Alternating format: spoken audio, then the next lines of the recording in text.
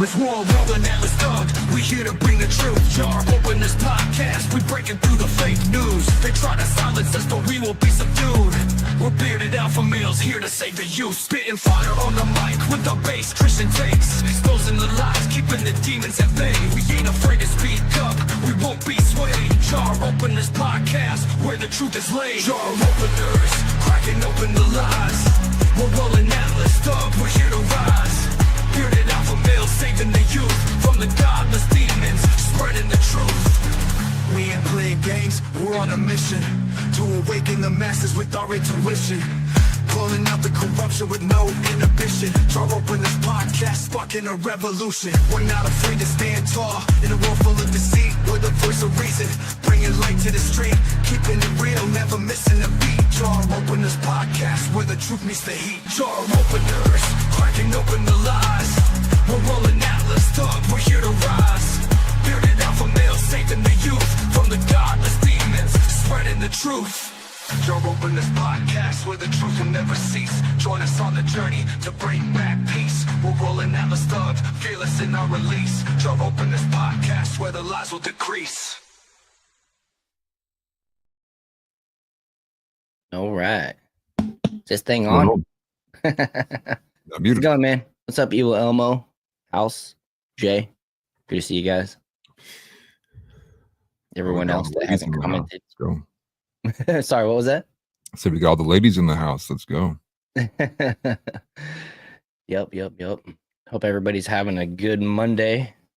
It's hump day. This week is going by super fast for me. I don't know about anybody else, but personally, it's like yesterday didn't even happen. Right.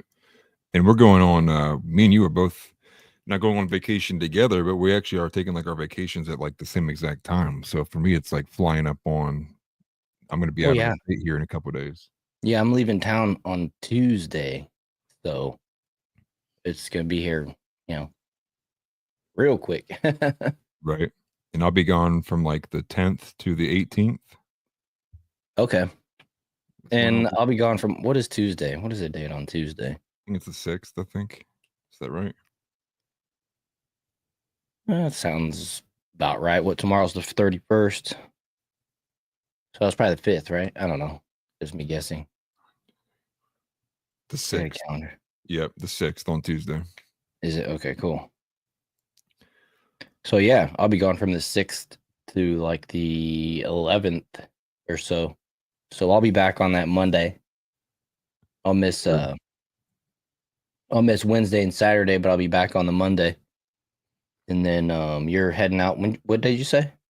The 10th, I believe. It's either the 10th or the 11th. Okay, so you might be able to still do the Wednesday and Saturday show. Saturday's kind of up in the air potentially. Yeah. Okay. And it looks like we'll be doing we'll have some solo streams going. So I'll solo Rain, and then I'll leave, and then you can solo Rain. Right, exactly. Maybe we can try to figure out have a guest on or something. We can talk to Chris or Mad News Now or it's a good idea. Anybody, somebody else maybe that will want to come on. If anybody's interested, let us know in the Discord. Yeah. We'll also send out the reminder in the Discord that we got a little scheduling shakeup coming up a little, next week and whatever. But it's gonna be good. My birthday is the 10th actually wenext month, so we're gonna be. That's what our trip is kind of based around. You turning 63 or 64? You got the 4 right. Or I'll be 20 years younger than that. 44. Yeah, I'll be 44 for those that are curious. Word. So, don't worry, I'll become a boomer later this year. So excited for that. Not really though. That's funny. So yeah, I'm I was gonna say so it'd be 30. I guess you were saying? Mm-hmm. 30, yeah. I was gonna say I was born in 81. And so some graphs or whatever you want to call it, some descriptions say that I'm the last of Gen X, but then others say that I'm the first of the millennials. So I don't know. I'm confused about what it really is. Weird names for those, right? For like the crossbreeds, because I'm the same way, where it's like I'm at the tail end, on the opposite end of millennial, and then some places say that I'm like Gen Z. So I know for them, they call them zillennials, like that 4-year period that They both. Oh, I'm not sure what it is for the Gen X and millennials. okay. Mixers? I don't know. Lactose? I Yeah. have no idea. Millennial X, Yeah, Gen Millennial. I don't know. yeah, Mary X, Genennial, Gillennial. I'm stupid. I have Gen no idea. Genelio. Yeah, right. You guys We let get us know. Help us out in chat. Make sure everybody does remember to hit that like button, share this video with everybody that you know, all that good stuff. And remind everybody we're also streaming on X and Rumble, as well as YouTube. I'm glad to have everybody here. Yeah, we get a special one today too. We're actually special edition, 100-day edition actually of the re-up of our tier list. But we're going to use a different one this time. We're actually going to use someone that they pre-made that looks really nice compared to the one I tried to throw together that didn't look that good. Wow. Yeah, the one that you used before was fine. Everybody was able to follow along and stuff like that. So, yeah, Yeah. I'm really looking forward to that. I've been wondering when the best time to go back and review our grades on these cabinet picks. And all of a sudden, the 100 days mark became this big thing. And it's like, all right, well, let's do it then. Yeah, right. So I'm looking forward to going through this because I don't remember, excuse me, I don't remember the grades we gave most of these individuals. But now that they've been in office and been confirmed, all that type of stuff for a good amount of time, Yeah. it's right. It's about the right time to go ahead and look back at it and see how it goes. And Yeah. Yeah. We'll grab the old one at the Sure. end. one thing I know for a fact is they're all still there, so that's Yeah. gonna be something. Right. Well, What's actually, up, TNT? we was Vivek and Elon might not even be in like the third edition we do. Vivek's already gone. He was in the original, but he's not going to be in this one. So one of them's already not there. Oh, that's true. That's true. Yeah, Vivek. Forgot about him. Evil Elmo mentioned that the mineral deal with Ukraine was signed, apparently. Kind of wish we would mine our own. Yeah, it was apparently it's just breaking news. I didn't even put it in the title. I noticed it after I had everything all set up for the stream. Figured we'd mention it. But yeah, apparently the deal with Ukraine's minerals coming to the United States has been signed this afternoon. I saw some speculation that today was the day. But I don't know about mining our own. I do believe that we need to bring back manufacturing and production to our state or to our country. So, I mean, mining kind of goes along with that. Just depends on what they're mining. I know a lot of these mines, I think it's the cobalt mines, or maybe it's a different element, but I know that they messed the landscape up pretty bad, which, in the right place, in the right, selection, area or whatever of the United States, which we can't control, of course. Maybe that'd be okay, but for now, Ukraine owes us, so I'm willing to take it. We don't have to mine it. And I do actually agree that we do need to get back to mining some of our own stuff. We need to get back to figuring out how to produce and build and forge and mold a lot of these parts.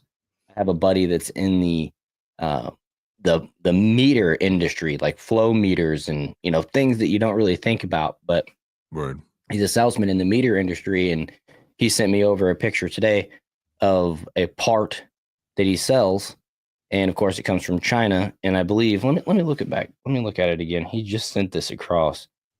Let's see here, give me 1 second. Probably went up 300%. Oh yeah, he probably sent it to the stupid stuff. Yeah, he did.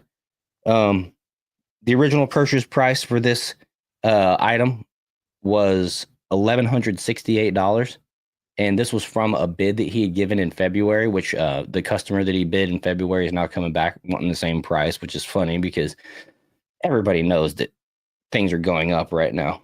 Right. But the pre-tariff price was $1,168. Once they applied the tariff, which was 145%, which amounted to $1,694. The cost went from $1,168 to $2,862, and that's wonderful. Hundreds, $2,862.34. And so it might be a smart thing to kind of stock up on maybe some stuff. I don't know. The stuff that we really need to survive does come from within our own country, so I don't see everything going up. I don't see this big, shortage of, necessary of necessities coming, on the brink. But I do see a shortage of maybe some other items. Yeah. TNT says I don't buy shit from China, which we weren't planning on getting into this today, but there was this whole thing between Amazon and Trump yesterday that I'll just touch on briefly. And I was going to mention that. The deal was that apparently Amazon was floating the idea of putting the tariff adjustments, like kind of what I just broke down for you guys with this pricing that I was talking about with my friend, on all of their items. So when you go and shop through on Amazon, you'd see that, this is $18, but then they apply the tariff and now it costs $45 or whatever. And yeah, Trump was not happy about that. And he even relayed the message from his own mouth. And then Caroline Leavitt came out and had a pretty stern warning or whatever statement about it. And then after that, Amazon came out and was like, yeah, that's actually not what we were planning on doing. But for me, I'm like, it's really hard to find American made products on Amazon as it is. So please put that tariff shit on there. I wasn't trying to buy the Chinese product in the first place. So I did notice today, actually, I had to buy an automatic feeder for my pond for my catfish out back. And it said made in China, written clear as day on the listing. So they are writing it more clear on their listings now than they were before. I don't know if it was just this one particular item, but I seem to have noticed it on a couple things that I was shopping. Interesting. And I'm like, that's new. So I do appreciate that aspect of it, because look, if I don't have to buy Chinese products, I don't want to. I'm not always just out there shopping for the cheapest thing. I mean, anybody should do their due diligence when buying anything and look at reviews and find out information about the seller and stuff like that, just to make sure that you're going to get what you're ordering in a timely manner, right? Yeah, well, I was just thinking, it's not a piece of crap. well, as you were saying that, right? They could have easily just simply made like, well, because of the tariffs, we're going to make sure we add a made in America section, right? But instead, they go with this BS. They flip that idea out, and the thing is other companies were already implementing this almost like days after the the tariffs were announced. So Fabletics, which is a major like fitness sports gear company, which is partly owned by Kevin Hart and I believe LeBron James as well. Could be wrong about LeBron, but I know Kevin Hart has a hand in it. It's ownership. They did it on day one, where you could see it as you're checking out. It would do the breakdown for you, right? It would be like, subtotal, taxes, shipping, and then underneath that, it was like additional tariff costs, and it would show you the full amount and like the breakdown there. And they're doing it obviously in an attempt to make people sour at the idea of what's going on.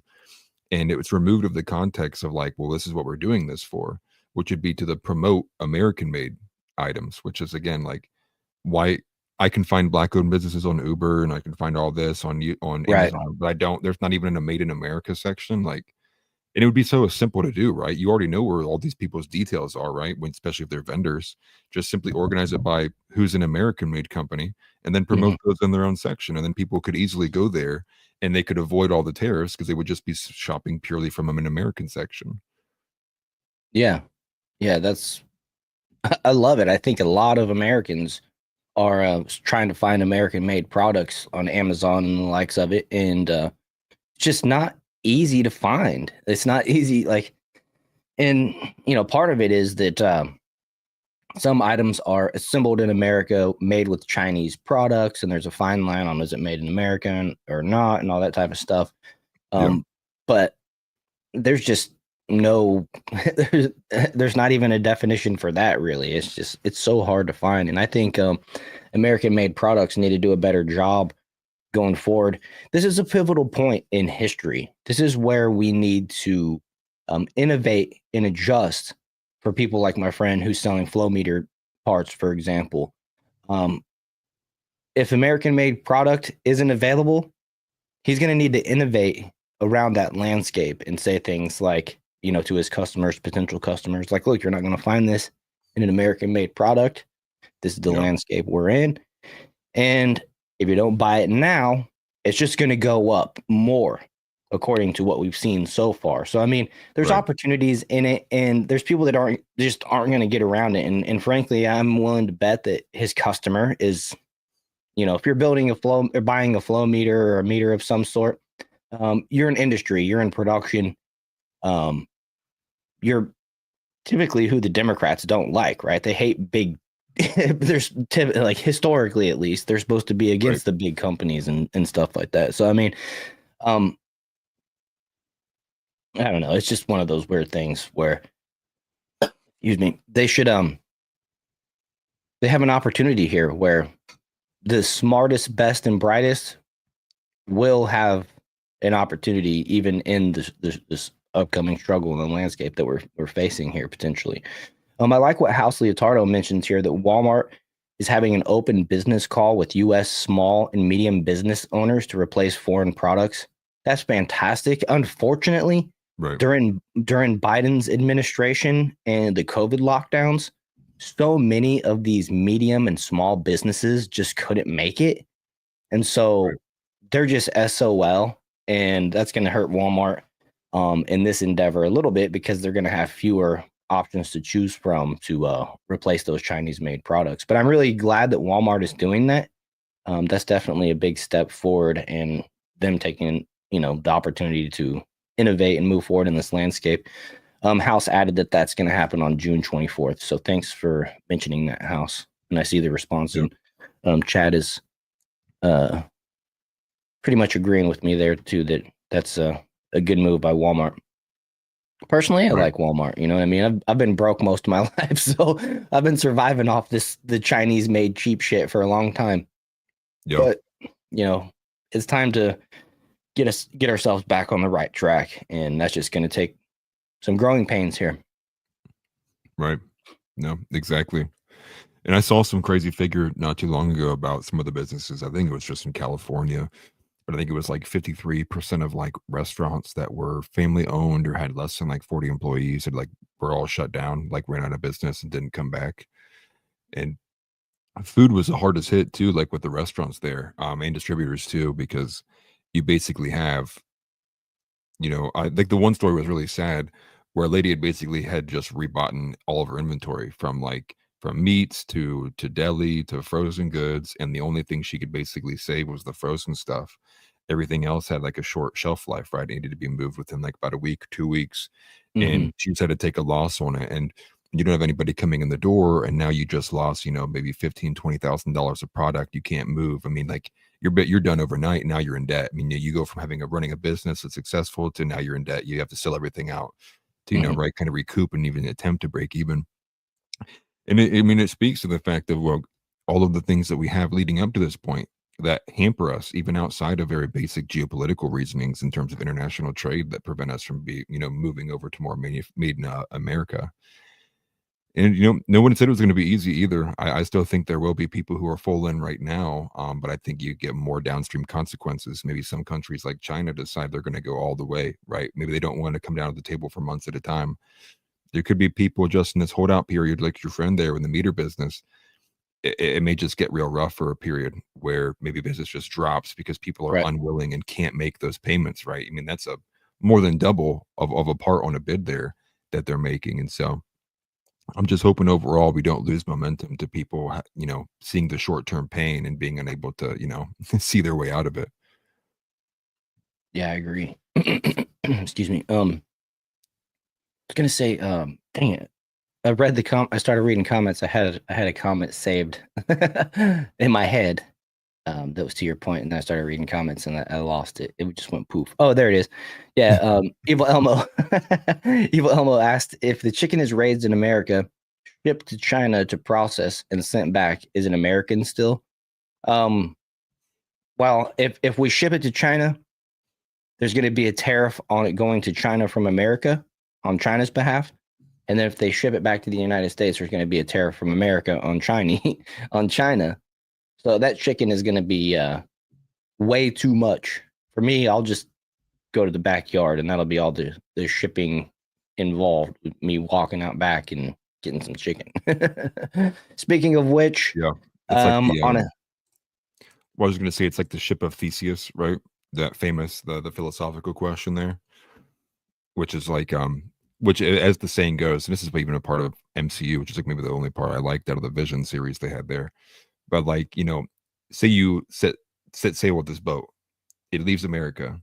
But by the time you make it all the way back home to America 10 years later, you had a little chip here, you had to replace the wood with a plank on this island. And by the time you get home, actually all the wood that had built the ship when you left was no longer there. And in fact, it was all entirely a new creation. The Mhm. question then is like, is it still the original ship or is it something entirely new? And like that's like a deeper like philosophical question. Just one of the ones I peruse all the time because I think it's like one of the great questions they have there in philosophy. Right, right. And since you mentioned the chicken, I figured I'd give you guys an update on Based Chicken. She has moved along. Unfortunately, she wasn't getting any better. And a couple mornings ago, I came in here and she was declining. And I had noticed it the day before a little bit, and it seemed to have been accelerating. So we went ahead and took her out of her misery at that point, and we buried her in the backyard. So she's we treated her like a loved pet rather than a farm animal. But that's because she was among the original batch of chickens that we got 4 years ago, and had a name and all that stuff. So Right. after trying to put so much effort into it, I treated her like a pet, buried her in the backyard. So unfortunately, she's not with us anymore. But there's plenty more chickens out back. Right now, I even have a little like month-old little chicken running around behind its mama, trying to keep it alive from the hawks and stuff like that. But we got a couple more chickens that are actually sitting on. The thing is, I don't really let them go broody, which just means they want to sit on eggs. They like kind of change in their hormonal balance, their hormonal state, and they just want to like sit on the egg nest and they'll actually quit laying eggs. I have like 3 of them right now that are broody, and what they're doing is they're hiding and laying eggs like in the woods. And like for instance, this one that I have right now, the hen was sitting in a tree stump back in the woods and hatched a couple eggs, which only one made it to this point, but hatched these eggs in the tree stump back there where I can't even get them out. So it's just out of my control. Now they're posted up in my shed, like tucked in little nooks and crannies, and they're all sitting on bunches of eggs. And so I have a feeling when I get back to town after my trip next week, because it takes roughly 28 days for an egg to hatch, I might come back home to a bunch of little chickies running around the yard. We'll have to wait and see on that one. But yeah, Right. When I'm not here, I can't kick them out. I can't take the eggs from underneath them on a daily basis. So then they're just gonna hatch. Yeah. They're gonna be sitting on them for a while, and I'm just gonna let them go.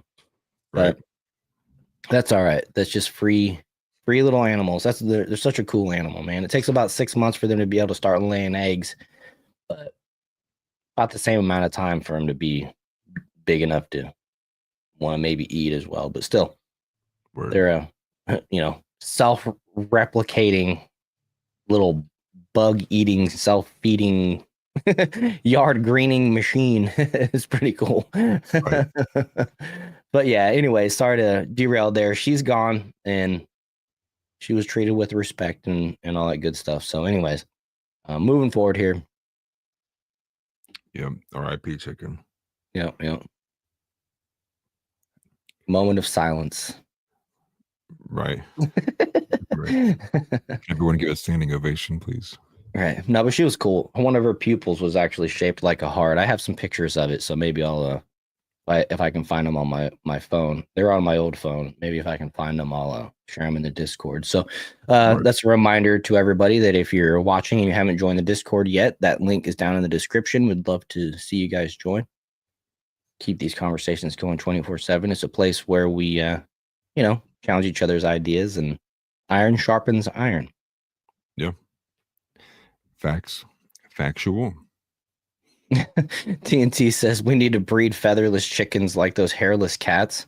They do actually have some breeds of chickens that are like naked neck, and so they'll have like a bald neck, and they look really weird. And there's some other ones that are kind of like on the brink of being a featherless chicken, but they Not quite, right? Not quite. They look really weird. What is it? Is it vultures or condors are the ones that have like they're bald, their whole head is bald, and then it's like their feathers start at their neck and then go down. That's like a buzzard. It's a Yeah, vulture. buzzard. Yeah, those things are disgusting. You don't need more of them. Yeah. Yeah. They're always flying by in their little groups overhead. Right. Take them Like, out of the sky if it was legal. I'm still alive. Get out of here. Right. Scavengers, man. 21 balk salute. That's great. I appreciate that one. Yeah, they're all dinosaurs. They're little dinosaurs. I think it's funny watching them run, especially that little one we have out there right now. I'll go and throw Scratch out the back window of the house, and they're all used to this routine. So anytime they see me standing at the window, they all come running as fast as possible from wherever they are in the yard. And it's about an acre plus back there. So they'll come sprinting out of the woods in the very far back, and it's just funny listening to them making their sound and running. And even like I said, that little one, you know, she's only, I'm hoping it's a she and I'm not raising another rooster, but she's about like that tall, and she comes running as fast as she can. And That's funny. It's hilarious. They're hungry, man. Yep, for sure. But I think they say a chicken is basically a modern day equivalent of a raptor. Yeah, now that I've owned chickens for so long and I've looked at their feet, they got like dragon's feet. I'm sure that's what they based a dragon foot off of, was like a lizard or a chicken's foot. I mean, they're cool. But I would be pretty convinced that the dinosaurs had feathers, or at least a good majority of them did, you know, which they say some of them did or whatever. But Right. after seeing the chickens, yeah, I think so. Yep. Especially the T-Rex. I bet with those little arms, it had big old wings. Just imagine if the T-Rex could actually fly. That'd have been crazy. Right. They'd probably still be alive. Right? Birds are creepy when TNT says birds are creepy as F when you look at them. Yeah, they're a cool little creature. I like raising them. My friend, the same guy I was talking about that sells some meters, he just bought a bunch of quail he's raising for his kids. They're all like $1.50 a piece, little bitty quails. And so he's raising them up. He's going to just let them go. I actually I have such a disgust and hatred for birds and especially chickens because when I was younger, I don't know if I've told this story before, but I probably told it on Offensively Accurate before, maybe. When I was younger, I was like maybe like 4 or 5, 6 years old, maybe younger than that. My mom was like getting her hair cut, and you cut out on my half. You said when you were young something. I don't know if you cut out on the stream, but start over. Sorry. Well, my grandmother used to cut hair, and my mom went over to my grandmother's, and she lived in like a rural area, and she lived next to a person who had like horses and I believe they might have had cows at the time, maybe buffalo even, or bison. I can't remember which one's supposed to be in Ohio. But then they also had a bunch of chickens, and they were like free range. Really didn't have any like fence to keep them in. And when my mom was getting her haircut, I was just messing around in the yard, and I pushed the boundary. I went like down in the yard where I wasn't supposed to be, and I was just like looking at them for a minute. Well, they eventually took notice of me, and they started swarming me when I was super young. And then like I believe right before I was getting pecked, my mom like had noticed like I wasn't around and came out and found me. But I just remember being terrified, dude. I was like ducked in the fetal position. Chickens were all around me. I was getting like pecked up on my arms. I like it was one of those like foundational memories of me. Like I'm not scared of chickens, but like I don't want to be around them. Like I'd punch a chicken in the throat before I let it get close to me. That's funny. Like one of those relationships with them. Well, I mean, there was a dude that got killed by a rooster just a year or two ago. I mean, there's aggressive roosters out there. They're just ruthless. They'll chase you down. You don't want to turn your back to them. And, you know, you hear stories. I've never had to go through this because I have never had like an aggressive rooster, but yeah. You hear people say, I kicked that rooster as hard as I could, and it just came running right back at me. It's like, yeah, dude, when they choose you, you have been chosen. And yeah, exactly. And they'll remember you. They'll come out. They do that to each other as well. I actually had to give away a rooster. It was my first original rooster. he was real docile, but he was good with the hens. But two of the younger roosters, they were his sons. They chose him one day and they just chased him around, and it was a 2-on-1, and they were just gonna peck him to death. So I had to give him away. But yeah, so like I said, I brought him in, I separated him, kept him inside for a day. I put him back out there, and immediately, as soon as those other two saw him, they were like, "There he is again! Get him!" And just chase him one after another. Just it was crazy. How many times do you got to teach you this lesson, old man? Yeah, I'm gonna get out and get him again. right. And he had like a really like tall comb that was just like a straight up mohawk. It didn't like flap over or anything, and they could bite it really easily. So he'd have like a chunk. He had like a chunk taken out and stuff. And like I said, he was pretty docile. He was a chill rooster, so he wasn't even trying to fight. He wasn't the best fighter, and So, anyways, he had to be removed. Yeah. But I saw that TNT mentioned, what about goats? We've looked into getting some of those like those pygmy little goats, but excuse me, I'm hiccuping. But I don't want to spend so much there. Well, I've heard mixed reviews. You don't want males because they pee on themselves. They think that pee smell is attractive to the female goats, so they just pee all over themselves and they stink all the time. And so I'd want to get females and then use their milk, right? Goat's milk, get raw goat's milk and whatnot. But then if you want them to be healthy, you have to milk them like an hour a day. Some people say, "Oh, I never milk my goats." But I don't know if like I go out there and milk them like today and I hadn't milked them in a while, is that milk still good? Like, I assume it's not spoiled. You know what I'm saying? Right. Like, not like it's old milk because you haven't milked them, but their production might drop or whatever. And I just didn't want to. That's the one thing that's prevented me from moving forward and getting them, because I think it'd be cool to have a couple back there. Right. Is that time demand? But yeah, I would like to get some of those. Jay says goats are assholes. That's funny. TNT said my neighbor had one. It always sounded like he was murdering women. Yep. Yeah, we don't want that. Evil almost says pee on themselves, don't we all? JK. Right. TNT, Yeah, they're not if I had a goat, I'd pee on it too. What was that? Even sheep. My grandparents lived next to a guy who had like a small like sheep facility.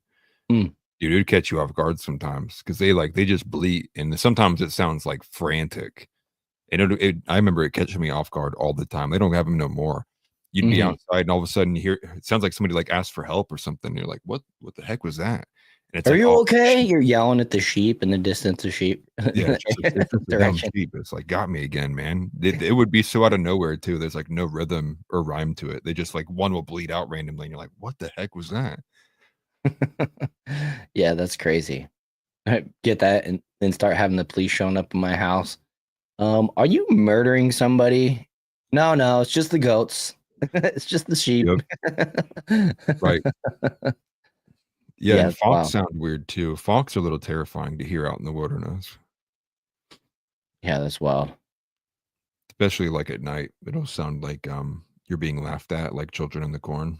So they have a very creepy sound to them that can sound very human-like if you're not familiar with it. Yeah, if I heard some children laughing at me in the darkness out in the middle of the woods when I'm camping, I'm going to the truck. Right. Yep. Back it up, boys.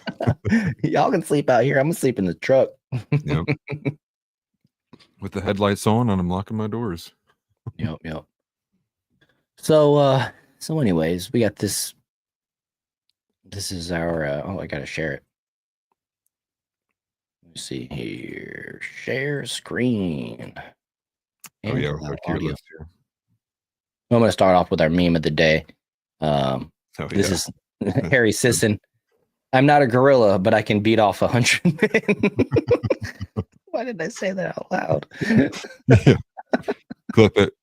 Everybody clip it. I don't know. Video off. I don't know if you guys have seen or heard, but somebody tweeted or posted on X that they wondered if 100 men would win in a fight against a silverback gorilla. And Mr. Beast then went and reposted that saying, I might have to do this. So then it sparked the conversation, and they've been discussing this on podcasts and shows and stuff like that for the past few days that, could 100 men actually beat a gorilla or not? And I'll tell you what, I watched Planet Earth and I watched them orangutans fight other gangs of orangutans, and they beat each other up and eat each other. So like, I ain't going to battle with no gorilla. You get your hand bitten off. I don't know if you've ever, I was just at the zoo this last winter, and there's a male silverback sitting there with like, just kind of leaning up against the glass. So you're just like right there next to him. And he's just so massive. And I don't know, 100 men, maybe, but really it's like 5 men at a time. And I think the gorilla wins in those 5 men battles. You know what I'm saying? Like, how many guys can you really get in there and fight? There's only so much room and space for people to move. And so, yeah, I'm not testing that theory. I'm not interested in being any part of that. I'm curious what the chat thinks, since it was getting heated. People on both sides. People are with the 1 or the 100. I'm curious what people actually think. I saw, actually, there's a popular gorilla, like I guess, what does he call himself, a primate specialist? Like, I can't think of what his actual like profession is, but he wrote like a super long thread that like went viral about it, because he's been dealing with gorillas and other primates his whole life. He said that people are like vastly overestimating the stamina of the gorilla. And he was like 30 to 40 men, like tops, would be able to take one gorilla. He was basically saying, like, because we all still share so many similarities, like as primates, like they still have a bunch of soft spots. He's like, in short, he was like, if 100 men took on one gorilla, like in the jungle, and each man picked up one rock the size of his palm, and they threw it at him, and like the gorilla might just have been stoned before I even got to the first guy. There's like plenty of ways you could simply just like take the gorilla out, like if you blinded them and things like that. And then he added in the fact of, which takes us saying, yeah, they have like almost no stamina based on the way that they're built. Even like gorilla, all the other like monkeys went one direction, where they like went thinner and smaller for movement, where the gorillas maintain strength and they have like no mobility, like really no endurance. And he said most animals too, they're going to flee. Like they're only going to really attack if they're cornered. So there's more often than not, it'll try to run at first because it's going to feel like there's 100 of these things. Like, I'm not going to make it. And then just by proxy of that, like there's so many things. They got like super scientific about it. And we're going in, and you have people who are like, there's no way that gorilla will tear through all of us. And it's just funny to see it play out. But this shirt wins the internet for the day. For real. Tix mentions that, in fairness, the dude is moving the goalpost, though. The argument is the men can only use their fisticuffs. Yeah, that's what I thought. It was just hand to hand. Yeah, and even hand to hand scenario. Yeah, even hand to hand. I mean, you're going to take sacrifices. Like, don't get me wrong. I think that's kind of goes with it, right? Somebody's going. They're not going to win out. Yeah, right. No, I'm not going to be first, and I'm not the first shift. That's for sure. I mean, you go in, and he's just gonna next group. Right. That's the thing, though, too, is once you get bit, you're out of that fight. And I have a feeling people are going to get bit fast. Right. Yeah, probably like the first like 5 to 7 people are probably not going to have a very good time. Right. Yeah, for sure. It's just a crazy thing. I don't know why. Well, I guess I do know why. We're always interested in this type of thing. There was a show that was like based on, could a Roman centurion beat from this century, defeat a knight from this other century in a hand-to-hand combat, and they just basically made a show pitting different warriors from different timelines and tribes and stuff like that against each other, and running like simulations on who would win. Deadliest Warrior. Yeah, that's what it was called. I couldn't think of what it was called, but yeah. So these things interest us, right? Mm-hmm.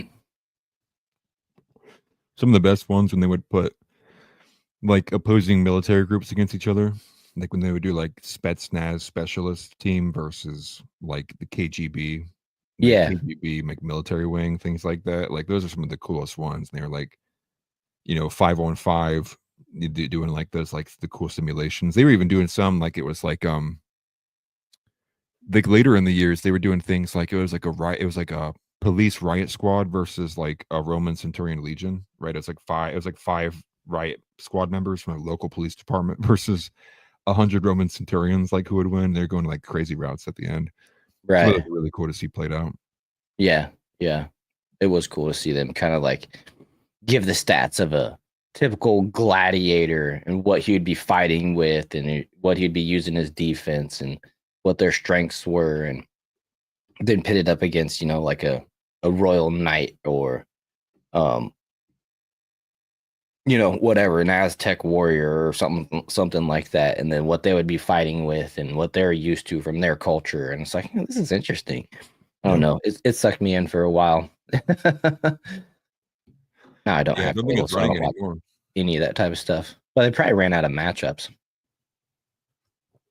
That too, I imagine. You can only do so many episodes. Like, now we're gonna pit a soy boy leftist Harry Sisson type against an Atlas thug and see who funny. wins. That's pretty funny. Yeah, right. Yeah, for sure. Then they got to just modern day American men, and they're like, well, they all carry, so the gladiator wouldn't stand a chance. Right. Yeah. Well, when the fight starts, the the cowboy would simply shoot the gladiator and fight over it. Right. Yeah, at a certain point in history, everything kind of got equalized. Yeah. It got very, very similar. Yeah. What's up, Chris? So yeah, let's see here. Well, we already kind of talked about the minerals thing, so we'll skip over that. Yeah, the Ukraine. Yeah. So let's go ahead and get right into our tier list. Pardon me. Harry would win. He's gonna riz Atlas to death with his left hard hands. Just wear a condom, Atlas. Make sure that you're safe. Oh no, I'm Rizless. Oh, that's funny. Cowboys and Aliens next. All right, so I was just gonna say, like, I'm still sad. Like, Harry had the ultimate chance to join the right and walk away from the left when he was getting blasted for having a roster of girls he was talking to. It's like, really, you're right there, dude. Just like, don't do the apology tour. Just say I loved it. Do the Punisher thing, right? Where you're like, you think I wouldn't do it again? I loved it. Like, do that, man. Just own it. Like, come over to the right. Be a real boy for once, man. It's just like they gotta be paying his Singapore ass real good to keep him over there with those people. So a while back when Trump was making his cabinet appointee picks before they were actually confirmed, we made a tier list and gave these individuals grades. And we're going to kind of have a look back at what we graded them then and see how right or wrong we were, and grade the cabinet picks again based on this first 100 days. So let's see here. And I'm actually going to go find our original one right now. Okay. I was going to say, do we have the original one that we pulled up? It looks very similar to this. So this is what we're going to actually grade the new picks on. Does this drop and drag? Okay, cool. Sweet. This is going to be fun. It's going to take me a second to find it, that's for sure. Oh, yeah. Yeah, probably going to have to go back to take a screenshot of an old show or something like that. I'll give you a minute. Excuse me. I keep coughing. I got this frog in my throat or something. That little sickness that came back last month or last week is just lingering. Chris says Pam Bondi is a fail, in my opinion. Well, she's a glorified Fox News anchor at this point. So the transparency they're giving us through Pam Bondi is not the kind that we were asking for. She could simply just go to X and post. She didn't need to go on Fox News and tell everybody that's not watching. She's like, it'll make its way to X. No. Just post it from your own words, and we'll find out. But let's see. We're not going to grade all of these people. These are more people than his cabinet. Yeah, some of them are like staff appointments on that one. That was like an all-encompassing one. Mm-hmm. Interesting. Let me see. Where is it at? She's the double D tier. That's funny. I mean, this is a crazy flashback, though. I didn't realize my beard was that long. I saw it at a certain point. That's crazy. What's on X isn't the news for old folks. She's doing it right. Yeah, I mean, I just feel like, I mean, I don't watch Fox News. I don't watch cable. So when somebody's trying to get the message out, go to the free platform that everybody has the opportunity to see, rather than just going on to Fox News and being exclusive, and then trusting that clip gets put out on X. I'm following Pam Bondi. I'm not following Fox News on X. So I don't know. It's one of those things where it's like, yeah, I mean, I get it. TNT, the message gets to different people in different ways. I'm just waiting for boomers to die. I could care less. Low key, or actually more high key. Not like I hide that fact. Yeah, I'm not, but it's going to be an interesting time when they do. Right. One boomer funeral at a time, man. We'll fix this country. Sucks that it has to be that way. That it feels that way. Yeah. But I have the at least a screenshot of where our original was. I put it in the outline. Yeah. Oh, you do? Okay, cool. Yeah. Let me pull that up too. Oh, how do I open it in an external link? I know. I figured it out. Word. I'd say instead of doing these individually, maybe we go by tier, right? We just we reference our old one and say, did they stay? Yeah. Did they drop? Did they go? Yeah, that works for me. So basically S tier. See, we even have Matt Gates still on this one. We did it during the Matt Gates before he backed out, but yeah. So let's start with her then. We'll start with Pam Bondi. Maybe we'll just go by person by person and who they would have been replaced otherwise with. Right. So we put Matt Gates at S, which would have been, I think, a top tier pick. I don't think he'd been on Fox News nearly as much, but who knows? He quit so that he could go on TV, so maybe he would be. Yeah, right. Let's see. Where's Pam Bondi at? Top right there. Yep. So where does she go? I'm just going to stick her out here in the B tier for now, just so we can highlight her. Yeah. I mean, I think it speaks for itself. She's becoming a meme, right? When you're getting, I saw her face posted over Wilt Chamberlain, right? With the famous, holding the photo of the 100-point game. Mm-hmm. But I wish I had that meme. I couldn't find it. Try to look for it again. But they put her face on Wilt Chamberlain, and then on the poster it said 100 Fox News appearances. And it was like the memes outliving itself. To me, she's somewhere between C and D. I think everyone's kind of upset with her. She even had calls for resignation there for a period of time. You have the Epstein scandal with the phase 1 tier of the binders. You have very little arrest. I'd say recently it looks like it's looking up. And I would really only say the last couple of weeks with it seemingly recent, I would say I'd put her at C. That's kind of like, wow, she's got a chance to improve, but for right now, it's just like anyone could be doing what she's doing. Right. I think she's in that C- tier myself as well. A little bit lower than average. I do appreciate the attempt at transparency versus the last attorney general we had. That was a complete. I mean, he's off the charts. He's not even an F, right? Right. Merrick Garland was a piece of trash. Literally ignored congressional subpoenas. Protected Biden, ran cover for Biden. I mean, he did his job, I guess, in service to Biden, but not the American people, which is who they're supposed to be serving, right? Yeah, Got to spot keep the on. boss happy, but ultimately you're supposed to be serving the American people. And so, Yeah, yeah, I'm right there with Pam Bondi. I'm right there at C- with Pam Bondi, right there with you between that C and D tier. One move could move her up to B pretty quick. right. To be honest, in my opinion, if we started getting some arrests, I could look past the 40 whatever appearances on Fox News to this point. I mean, it's 100 days. She wasn't confirmed until a month in, so we're talking like maybe 60 days she's been attorney general, and she's been on Fox News nearly every single one of those days. Right.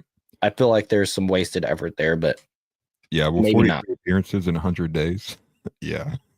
Right. Yeah. And it's really, like I said, it's more like 60 or 70 days because she wasn't even confirmed for, at least a month, right? Yeah.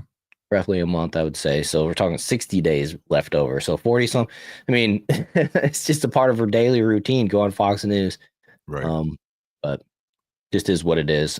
She had that feeble attempt with the Epstein files, that release, that whole debacle. Still working on it, apparently, because there's that big batch that the FBI in New York withheld from her. So that threw a wrench in the plan. Right. Wasn't something that she had accounted for. So you got to give her some grace with that. But then she did also, knowing that her. Let's see, did we give her any kind of grading? I don't think we did at all. I feel like we kind No, of the last time. did No, like a she wasn't on it. tertiary, like generic rating of her once she was actually appointed over Matt Gaetz, and Matt Gaetz had backed down, but we didn't put her on the Right. list. And I remember my biggest concern was that she was pro red flag laws here in Florida, and that she had also was the attorney general of Florida when Epstein was originally arrested. And so it's kind of the whole Epstein thing has been under her jurisdiction. Yeah. Then and now, at least to these points. And so, Yeah. Well, and I think the best point that I think I even heard came from I think it was Ian Carroll who said this, where when you look at like we have so much evidence on the Epstein stuff, like we have troves of it, right? We have all of this. mhm, And then you look at where the efforts are being and the resources are being used, like on the college campuses. It's like we don't need to have ICE be doing all this. Like, we have resources and we have evidence for these crimes right now that's not being prosecuted upon. And it's just like, and again, they were on a broader point there with like the optics looking poor. And I agree with them. I think the optics do look poor in the overhaul, like with what the priorities are. It's like, really, like, I think Epstein, I mean, in my opinion, I think Epstein it would take, maybe even take priority over mass deportations. With over all of the downstream effects that would have. And yeah, and then when we're struggling to find evidence on people like Mahmoud Khalil and then the other girl who wrote the op-ed, it's like, I mean, we're wasting a bunch of resources for crimes that we're trying to pin to people when we know we have all this evidence on somebody and we know there's more people out there and we have the ties and all these documents. We just need the efforts put forward towards them. excuse me. Yeah, 100%. TT mentions that she was state, though. Yeah, she was the AG of Florida. And it was, and Epstein was hit with federal charges. So yeah, that's a good point. It's just, she wasn't, and I get that she wasn't in charge, but also the island, Little St. James, is off of the coast of Florida. So there's kind of some relation there, but you're right. You're totally right about that. Which is why I'm not giving her a D or an F. You know what I mean? If she had failed the Epstein thing originally, I would probably ranked her down a little bit lower, to be honest, if it was her 100%. Like, wow, she wasn't, like, if this hypothetical scenario was in place that she was fully responsible for it the first time, and then now in the position that she's in, it's kind of almost, I'd be like, yo, we got to look at Pam Bondi. We got to investigate why nothing's happening under her leadership. But Right. that's not the case. Okay, so moving on, we'll go to Elon Musk. He was the other S tier that we rated, and Is he even a part of this here? I'm guessing he's probably in here, but maybe not since it's like unofficial capacity. So we're not gonna So skip there on he that. is. Yeah, he's Oh, at the really? top row. He's between Susie Oh, Wiles right and there. Scott Bissett. Okay, got him. So we're gonna put him out here. So far, I'm just gonna put him in S. Um, his fatherly responsibilities and all that stuff aside, just judging off of the fruits of his labor as it applies to Doge and his commitment to being with Trump and things like that. I will continue to give him the S rating. And I think it's pretty clear cut and dry with Elon. I mean, he's been at the forefront of the news this whole time, and we know that through Doge, his discoveries, the Doge team's discoveries, have saved the United States approximately, I think it was like 300 billion or something like that. Not as much as they haven't achieved the original $1 trillion goal, and I think they've actually refocused that goal to a lower number. But Yeah, I mean, I would actually, because of everything you just said, actually, I would actually put him in the A tier. I would actually drop him a little bit, in my opinion. This is a guy who we had the original promise of like the 2 trillion. We know there's $2 trillion we can cut out. That promise gets lowered to $1 trillion, and now we're like, what is it? It's like 150 billion is what they lowered it to. It's like now that's their new goal. It's like, and they only have I receipts think their for, I think, goals is 60. like, I think their actual number that they've saved right now is like 260 billion or something. So if they lowered the goal to that, then they've already hit it. Yeah, well, so let me see this actually, because someone did a breakdown of this. The original promise was the $2 trillion, and now I didn't think it was nearly that high. At least not that what we have actual like receipts of actually being cut. I thought that was actually significantly lower. Um, I can find that in the meantime. But from Okay. what I saw was like the receipts that we have are very minimal. It's like if it's like 68 or 70 billion, something along those lines. I'm sure House probably has a better idea what those figures are, but I did see it broken down and it was very poor in comparison to what he had initially promised. And I think we're also looking at a short term tenure as well. And I think just on that alone, I can't give him an S rating, right? If we're expecting that Doge will be done and over with here in a couple months, if this proposed exit that they've been talking about does take place and he walks away, I mean, it's hard to put an S tier if you're only going to be there for 3 or 4 months. But there's House, yeah. The savings are at $100 billion.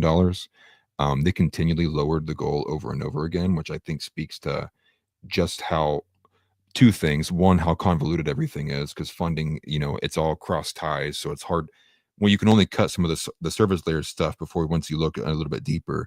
It's like, well, if I cut this has tremendous effects on this. So if I can't do that, then X, Y, and Z. Right. Which may not be entirely his fault. Ultimately, I think it was just maybe a big overpromise. Yeah. But for the most part, It was an overpromise and an underdeliver so far. I mean, we're only at 100 yep. days in, but it seems like the momentum is already they've already kind of lost steam. Like we need Doge to discover another wasted $100 billion on this project or that project for it to kind of hit the news again. I do agree with you there. Yeah. Well, massive Although, props for the USID thing too, right? Like that was a big discovery, and seeing like with NPR and was it I mean, that was NPR and huge. a couple Nobody of knew. publications? Yeah. Nobody knew how corrupt USAID was.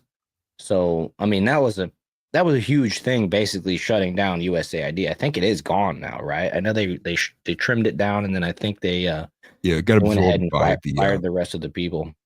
Yeah, it got absorbed by the Treasury Department. All the functions that they kept got absorbed by another department, and moved over into there.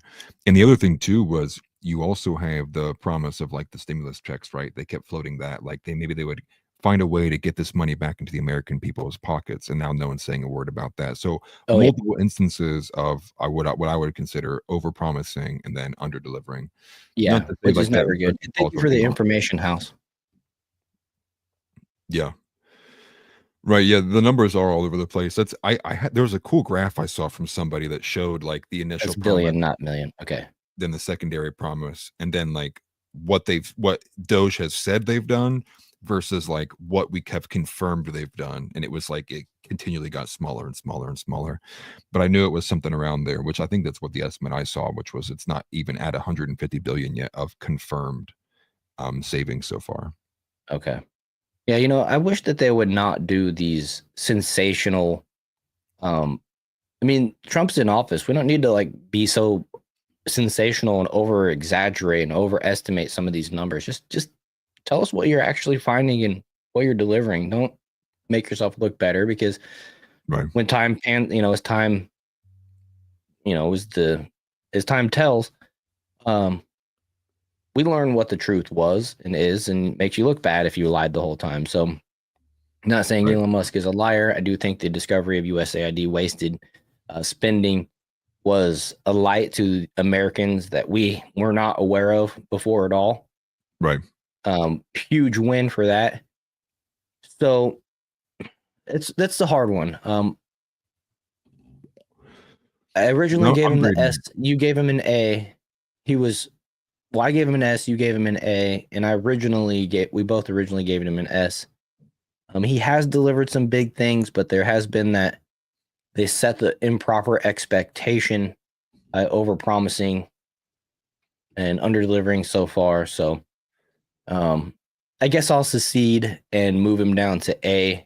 I'll put him in that like A+ category. Well, I was going to even say, I'm going to grade, I think, really harshly. So for fairness sake, if there was any person remaining on this list that I can see and at S tier, it would be Elon, just based on amount of influence and actual results of things happening so far. So on that scale, that's the only person I'd even be okay with. I think, in my opinion, so far after 100 days, I'd put in the S tier, at least from what I'm looking at right now.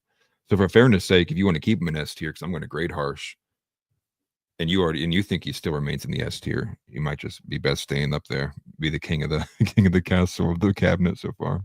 All right, well, let's move him up to S, because the USAID thing was huge, and if that's all we get out of Doge, that's still a huge win for Americans. Just the information and knowing what was going on. Pretty big. Although, like you said, and I agree with, I don't like the overpromise and underdeliver scenario.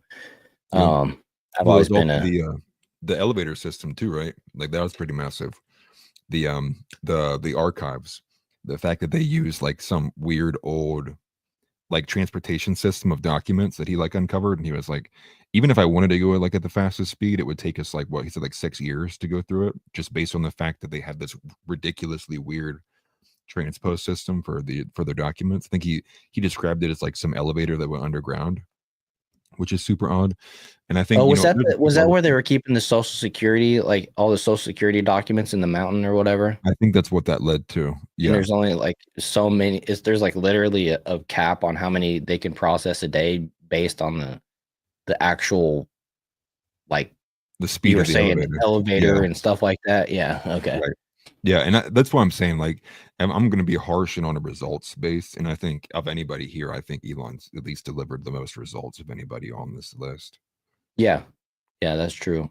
House mentions that if they actually go to the Pentagon, they'll find a lot of savings. They've never passed an audit, and that's 100% true. And they're not going to go to the Pentagon. I don't think that's going to happen, but I'd be okay with it. Yeah. So who's next then? Who's well, next is Vivek, and he's not on the list, so we'll skip over him. That was a mess up right there. Give him an S rating because, well, he was on the same level as Elon with the Doge projections. So that's where they were kind of, wherever Elon was going to get ranked, Vivek was going to get ranked too, because that was their deal together was Doge. Vivek left Doge and now he's running for governor in Ohio. Well, as far as what I understood from the reports we got from his departure was that like Elon was like, dude, get this weirdo away from me. Like that seemed to be like there was a very failure of a personal connection on that terms. Now I think there's also a portion of that you can tie to both him and Elon's kind of like meltdown over the Christmas holidays revolving like H-1B visas, and then Vivek even went one step further by basically attacking American culture. Yeah. We need to be more like India and China, and people that didn't resonate at all. No, we So don't then need like India. I don't need a third of the population crapping wherever they are.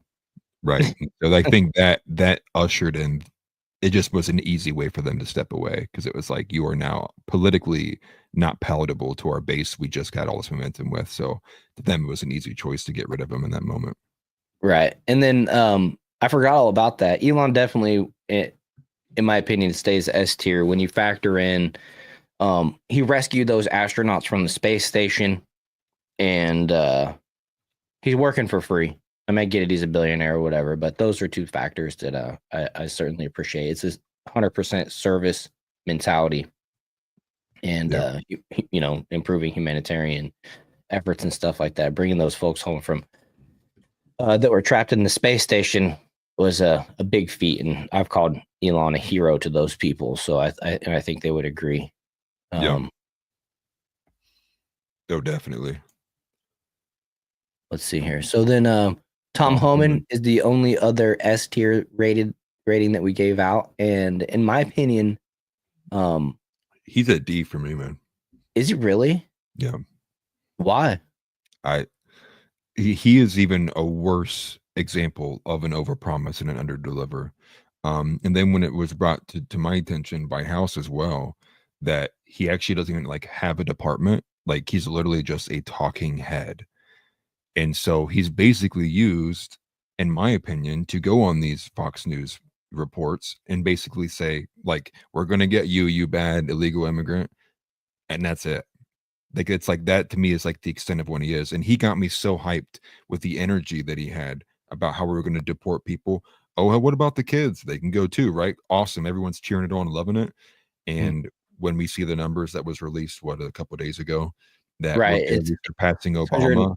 I did the math. It's 650 people roughly. I think it's 640 people roughly per day are being deported under the Trump administration, which at the 4-year rate was 950 million people over 4 years, which is not nearly what we need. That's a 10th. 1,000. Yeah, that's a 10th of what we need over Trump's term to be deported, right? We need 10 million. So on the low estimate, that's what we need on the low estimate. Yeah, exactly. Yeah. Yeah, so 670 per day, House said. And you know, Tom Homan is the face of that, but we do know and we are aware of the efforts from the liberal people, the Democrats people, as well as these activist judges, all trying to help protect illegals in this country. Specifically right now, who they're going for are the worst of them, the gang, you know, the hardest core gang members and things like that. We know about the story about the Maryland man. Those types of things are these huge roadblocks. Even SCOTUS ruled that Trump has to give every person their day in court, essentially, to prove they're not or they are citizens. Right. So they've been handcuffed, you know, bigly. Tom Homan has, but his stance and his position has never changed. So I don't know if, in my mind, I can actually. I was super hyped on what he was saying, which is why we gave him S tier, and we put him on S tier because, to me, the deportations are one of the most important things that Trump can get done during this presidency. And so Tom Homan being the head of that project gave it a S tier rating because it basically aligns with the importance and of the duty and responsibility. And so I don't think Tom Homan has wavered at all. I think he's been doing his job to the best that he can. And so I don't want to move him down to a D. I would move him down to an A myself. So we might have to find somewhere in the middle ground for us to settle here, because like I said, I don't think this is any type of bait and switch. This is not an over promise and under deliver scenario. It is numbers wise, but you have to factor in the climate, right? It's just you just have to in this situation. And I like I have the understanding that if Tom Homan could just do what he was hired to do and not have to cut through all the red tape that's being put up by these activist judges and supported by the mainstream media, and then therefore the sheep, Democrat people, Yeah. the number we're looking at might be double. I don't know. It's hard to say. I mean, Yeah. rounding up hundreds of people every day and deporting them is not the easiest task. And maybe we need a bigger force. Maybe we need to I was thinking about this the other day, and I think it'd be a good idea. Create like a temporary position. It's like a 2-year position for people to volunteer. They'll get paid, of course, but for people to volunteer into the program, get training, and literally assist ICE in being men on the ground. You don't have to be at the front of it. Those can be the experienced police, but you can be there, dude, holding a shield. You can be there, creating a bigger presence. And, I think it would be important for that to actually happen. And if we can, like I said, scale these up 10x by recruiting more individuals to do these things, then that's what we should, start looking at, if that's what it's going to take. Because, like I said, this is the most important thing, in my opinion, for Trump's presidency. Getting the folks out of the country and basically handcuffing the Democrat plan, future plan of increasing the population of these states to increase the amount of electoral votes that these areas get, as well as increasing the amount of representatives these states have in Congress and whatnot, based on inflated numbers due to census counts, which counts illegals just the same as somebody that is a legal citizen. Yeah. Well, so I agree with what you're saying about the bureaucracy and the kicking and screaming, which is ultimately like why I think that the attention needs to be put 100% on these issues, because you're going to be fought against them. So all hands on deck. Mm-hmm. But here's where I actually disagree, because I think it from this, right? And, say he wasn't given the DHS position, right, where he would have been a lot more hands-on in the deportations. My opinion then is if like we're not getting what he promised and he's not in the position to do so, I would have expected at some point by now he would have spoken out and said, hey, like, I don't know what Chrissy Noem's doing, man. These numbers don't look good to me. We need it. Where are these numbers need to be here, here, and here. I would expect him to start punching towards the other administration, right? And be like, hey, like, I don't know what Christie's doing, but man, these numbers don't look good, but we're not even hearing any of that. And so like, even if I was in that position, right, I would be opening it up and being like, hey man, like, I wish I had that position, because this is what I would be doing if I had it, and not doing these weird tours at CCOT with my hair being done and getting these big blowouts that take 4 hours, right? And then like having affairs with like what, Corey Lewandowski. Like, to me, like, I guess like that's what makes me think maybe there's less of he's more of just like this hype guy. Maybe he's like not truly with what he's actually saying, because the way I was about, with the belief I had from the way he spoke, was he was like, my one thing is like, I just want to get these people out of here. We're going to get it done like this. I'm going to come with an iron fist, and this is how we're going to get it done. And you would expect then an individual like that seeing underperformance from another individual who's in that same frame and not seeing any kind of conflict, or not seeing any kind of, hey man, like, what's Chrissy doing here? Why are these numbers so poor? Not seeing any of that makes me think, there's less to it than what we were led to believe. So I guess I can settle for like maybe a B. Maybe a B. Maybe a B.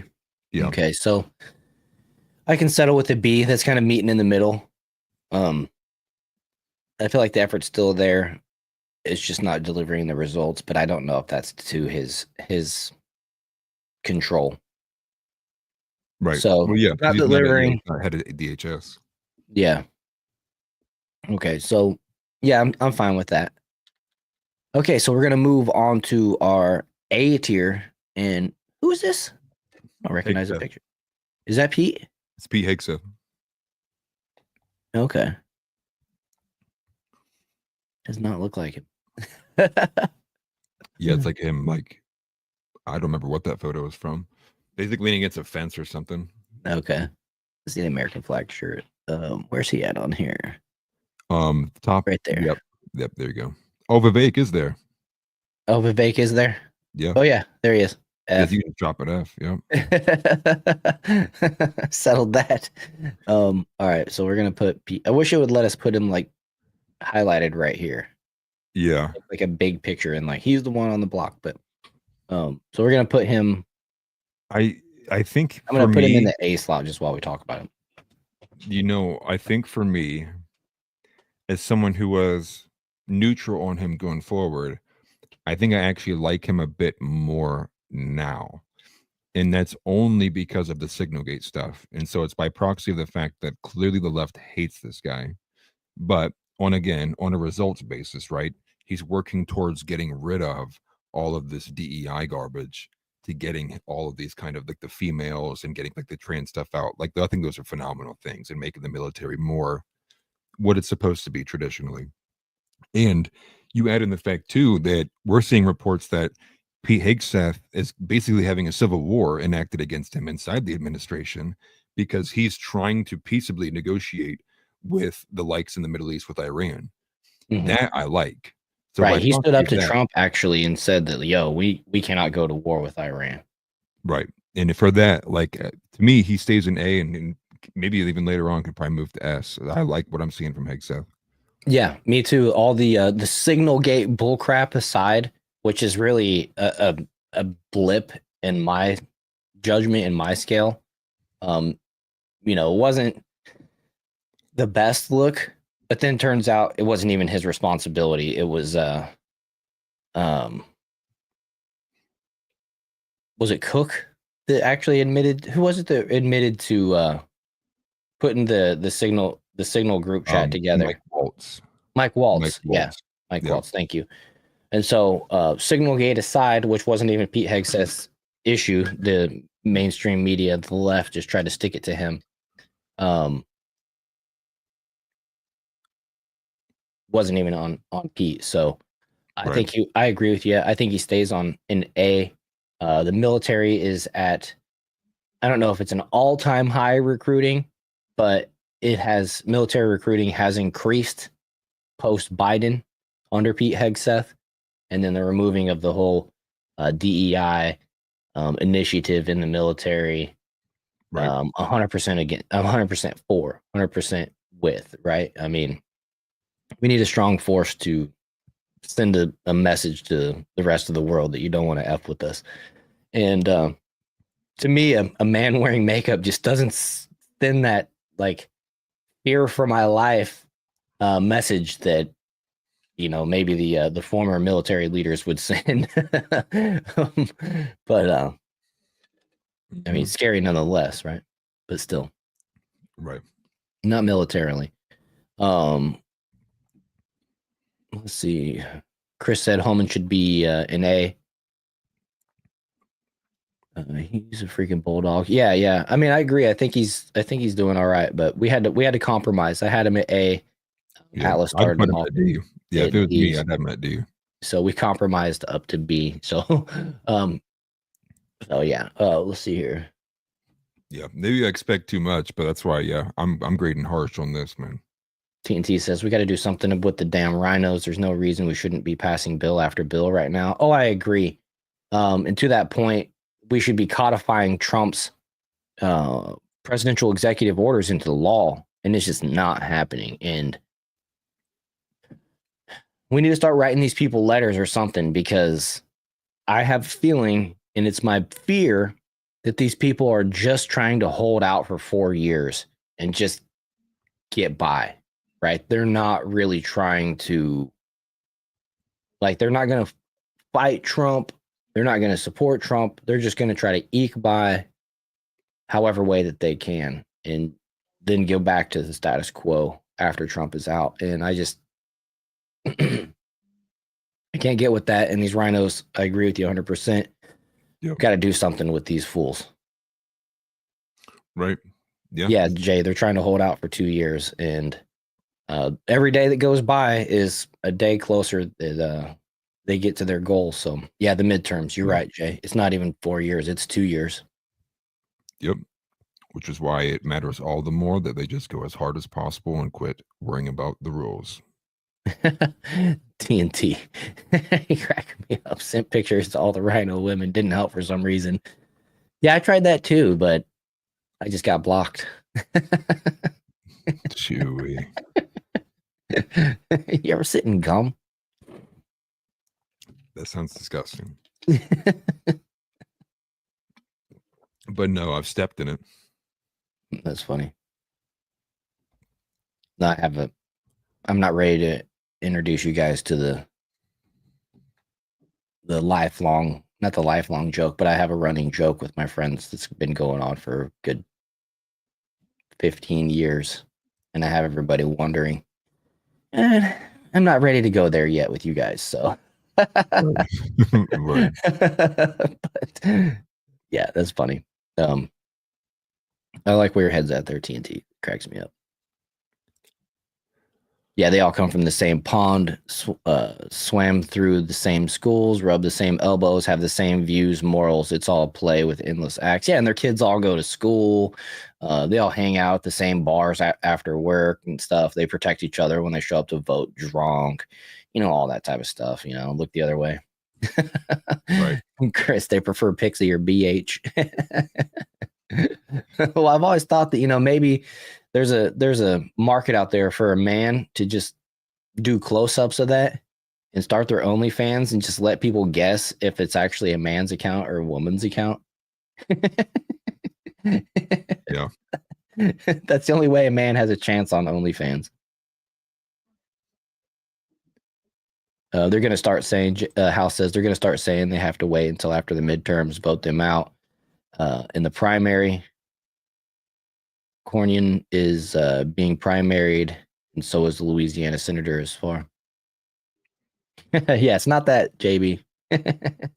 Shoo. That's funny.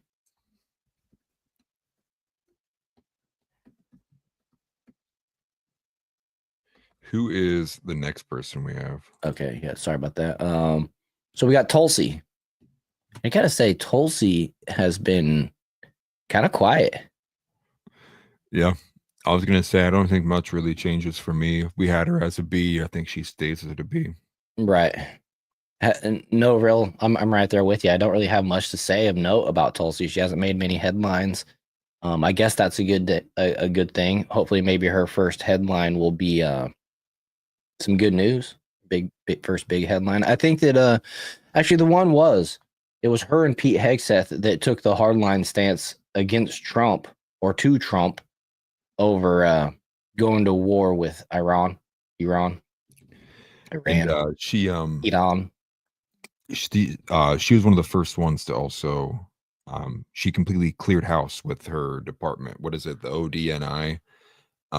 They stripped all of the DEI departments out of it all like immediately. Good. So they got rid of that. So I'll mention that right there. She pulled a bunch of clearances from people. Okay, good. So yeah, I mean, a couple good things to report on her. Almost halfway inclined to move her up to an A, but just nothing like super significant. But right. We'll just say that we gave her a B- before, and now I'll give her a B+. How's that?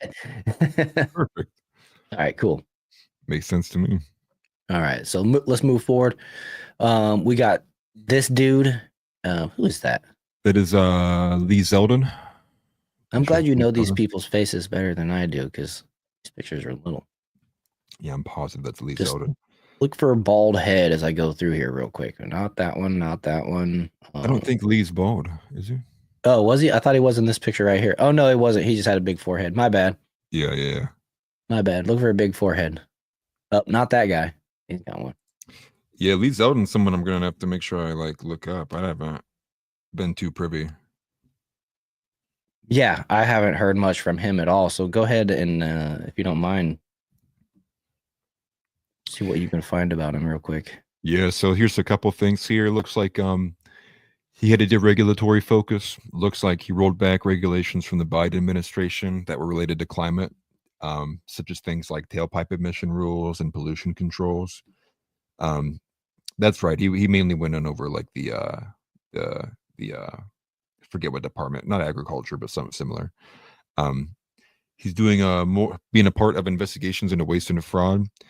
Says that he highlighted concerns about $20 billion in climate grants that were given to NGOs under the Biden admin, which he thinks there may be potential self-dealing or criminal activities related to.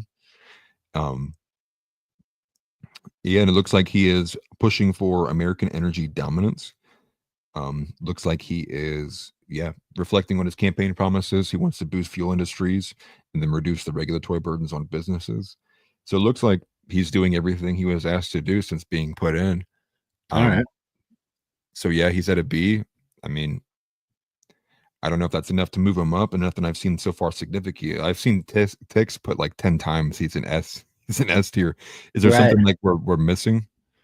Is there did he something else he's actually done? I don't know too much about him, to be quite honest with you. Right. Looks like we have multiple people in here. If I put on my glasses, so I can see the pictures, I can't read the chat. Getting old is BS. Yeah, you know what, man? I've been experiencing it started this last like 2 weeks. If I look at my phone for too long, everything gets blurry, even looking at my phone, and it takes like 10-20 minutes for me to separate from it before my vision starts coming back. I don't know if it's I started playing the stupid game, and I don't know if it's the cartoon effect from the game that's doing it or what, but yeah, I'm right there. I'm right there with you. Getting old is BS. That's funny. But yeah, I guess for me, I'd put him in A tier. Yeah, I was gonna say, I think I'm inclined. I'll move him up.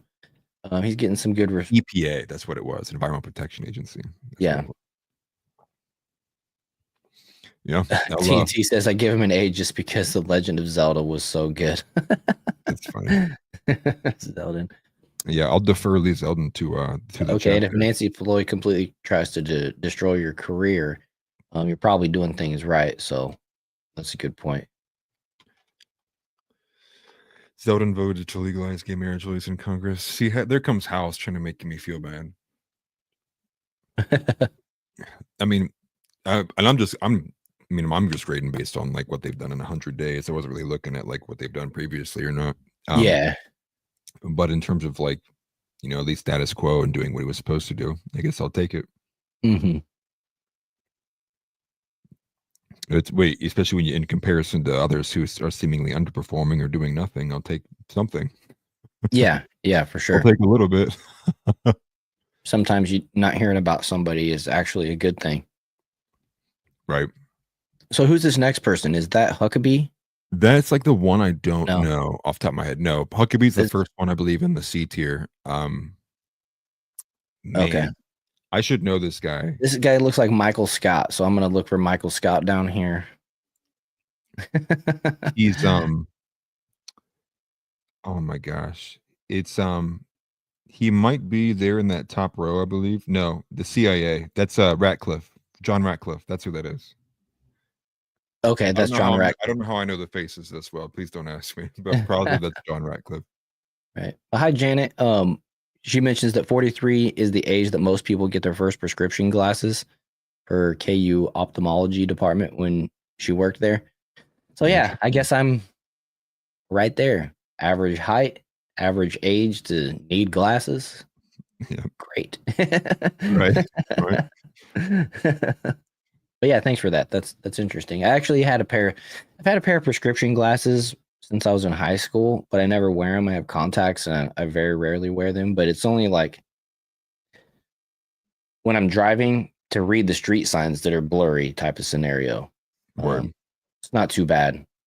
It's very, very minor prescription, but now that's been consistent since, for over 20 years. And now it's taking its next step, or it appears to be, which I'm not happy about.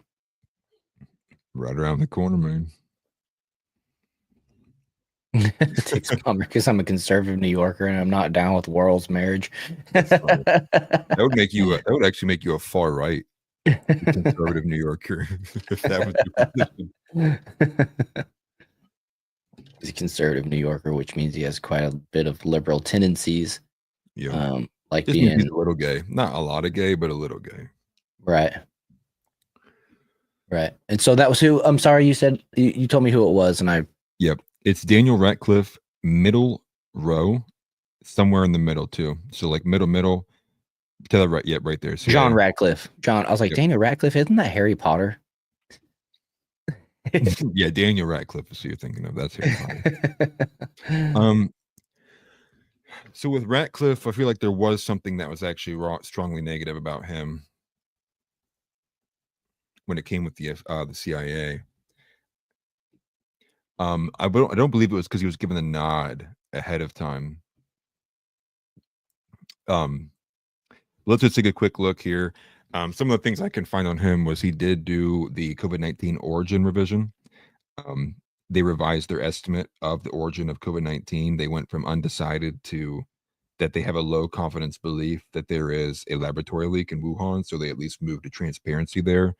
I would actually boost him up actually, because he was the one who pushed for the buyout program actually, for the CIA. When they were Okay. buying out all the employees, they said, you know what, we don't want you back. We'll buy you out. What was it for, like 60 grand or severance pay for like 8 months or something like that? Yeah, it was an 8-month severance. Yeah. So he got thousands of people out of the CIA, which admittedly, a lot of people would have preferred that it would have been arrest. To me, I guess Right. I'll go ahead and keep him. I guess I keep him at the B tier. He could almost kind of like move up for me just on results alone. Now I would say though that one of the poorer things about him was just that he's very anti-China. So I'm not sure how much of a pro like war individual he is. I wouldn't think that he is too much, but he's very, very, very anti-China, which is a good thing. Don't get me wrong. Yeah, I like that. Not the But I guess for Chinese me, I could keep people. him at B. The Chinese, the China CCP. We love the Chinese people, Chinese culture. No, you speak for yourself. I mean, I do. I mean, I love people in general, just as a Christian, you know what I mean? But it's the government that we're talking about. Is that what it is? I thought I had seen some very pro Warhawk things from him, because House is saying that the rumors are that he was on the opposing side against JD Vance and Hegseth and was pro with the Waltz and Rubio, who wanted to push for kinetic warfare in the Middle East. So I guess the CIA buyout program, positive, that being a negative, although I think that it's a bit more egregious to be a negative. I'll keep him at B for now.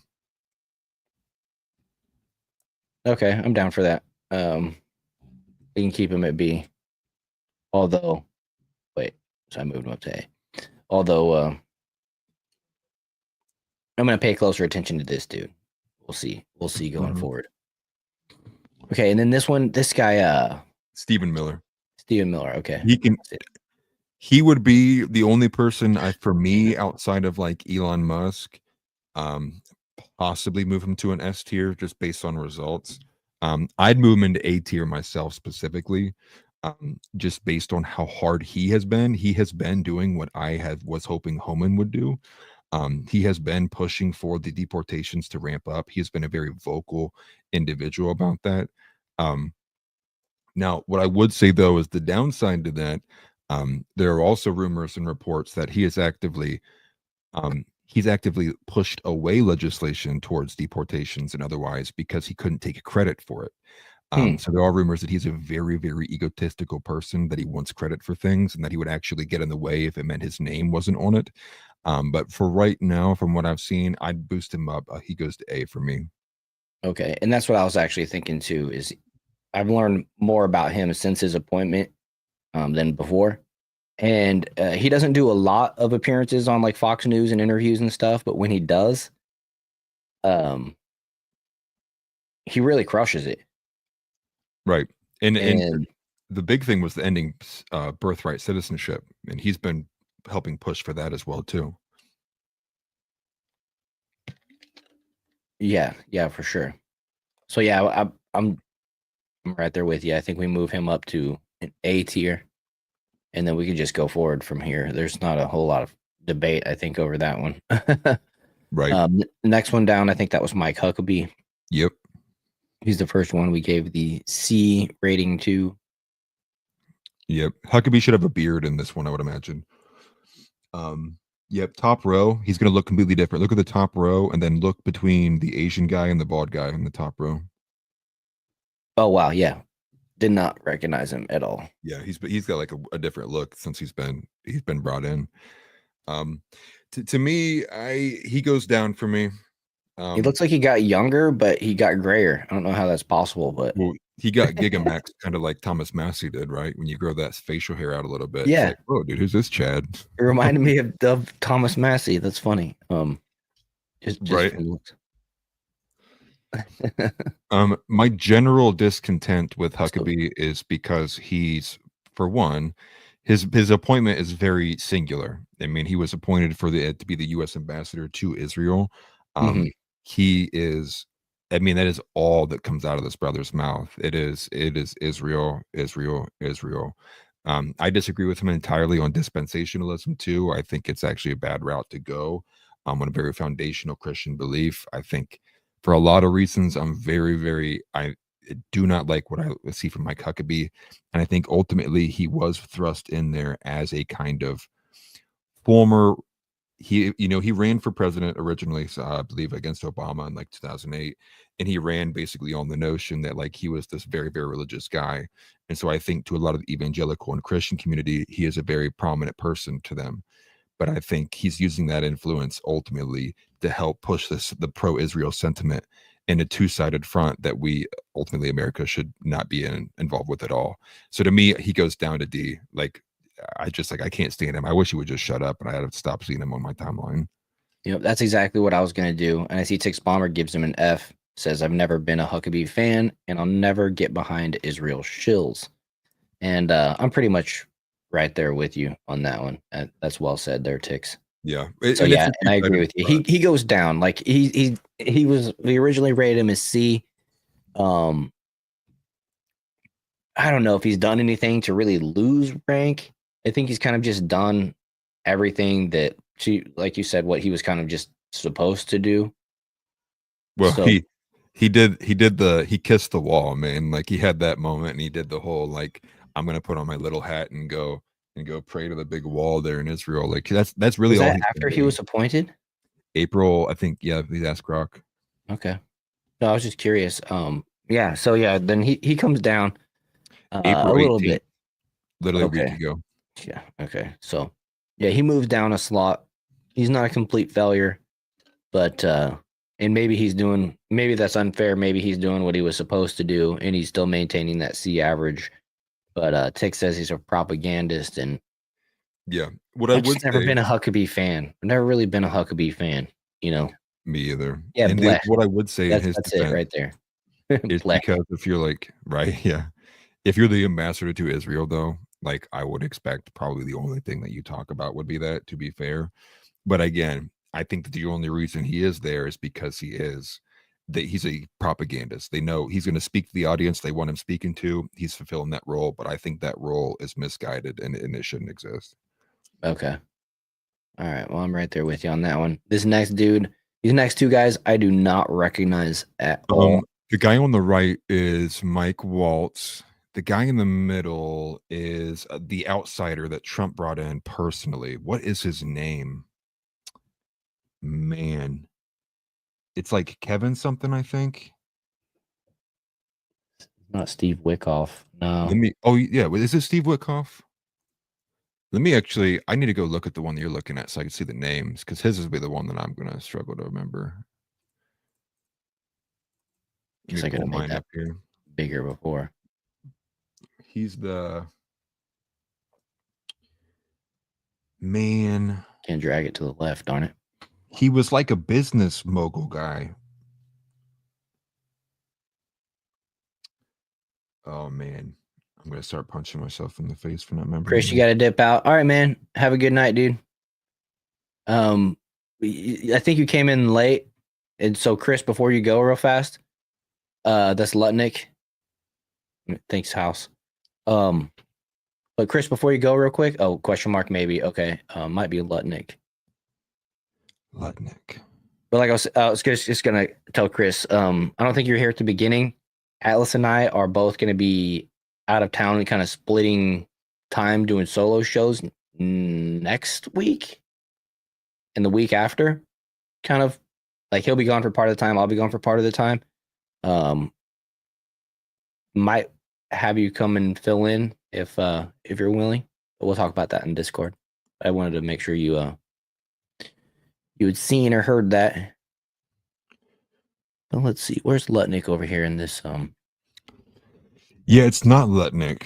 I know it's not Lutnick. I'm actually confused. I'm very confused who that's supposed to be. The list that I have here in front of us, this new one, I'm not seeing who I think it's supposed to be. So maybe Okay. he didn't actually get all. Yeah, we'll the let you know, Chris. Man. Talking about this dude right here for those that are wondering. Yeah. I don't know if he actually got all the way through because that guy, well, from what I remember, was like purely being brought in for like economic. It was like he was like a very similar story to Trump. He was like a real estate guy, big businessman, because he was being brought from the outside in.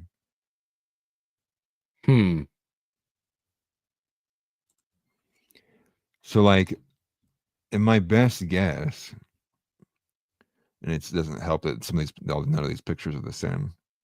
Right. I have a feeling, like, I don't know if it's Jameson Greer. Like, Jameson Greer is the name that's like speaking to me, but we might just have to skip it because I can't. Yeah, I think we're gonna have can't to for sure skip. remember who it is, and I don't even think it's any of these people on here. Is that no? It's not Sean Duffy. Todd Blanche. Is it that guy?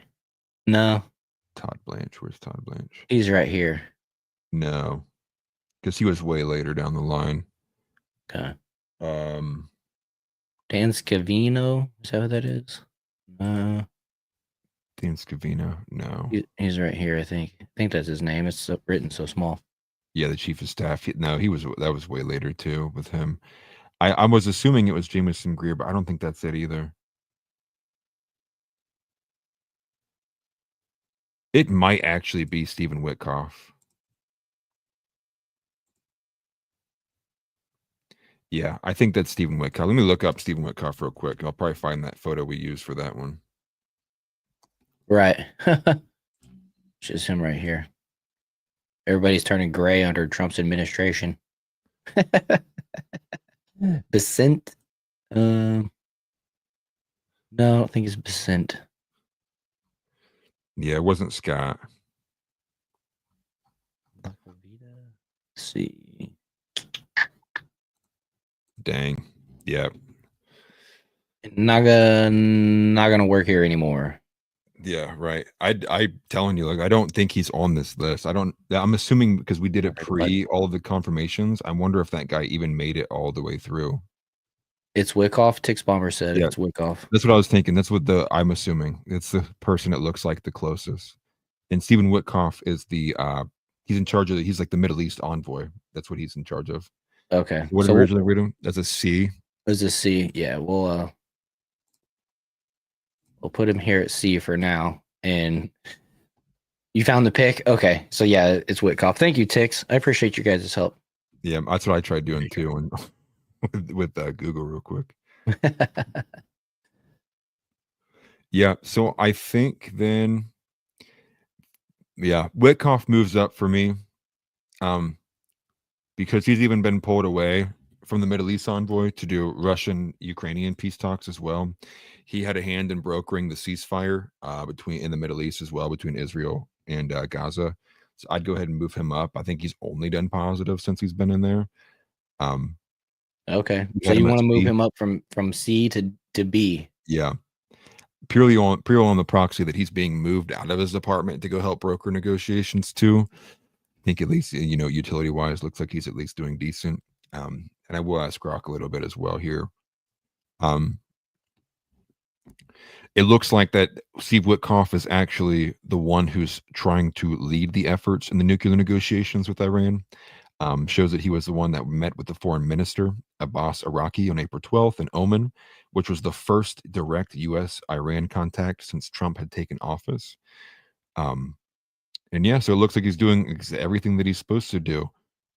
Not sure if he's been, rumored to be on either side of that little civil war they're happening, but it looks like he's at least trying to broker all of these negotiations and bring Iran to the table. So for that, I'd boost him up, give him a B. Okay. Yeah, I'm right there with you. I don't have a whole lot of commentary on this guy, but from everything that you said, I would tend to agree.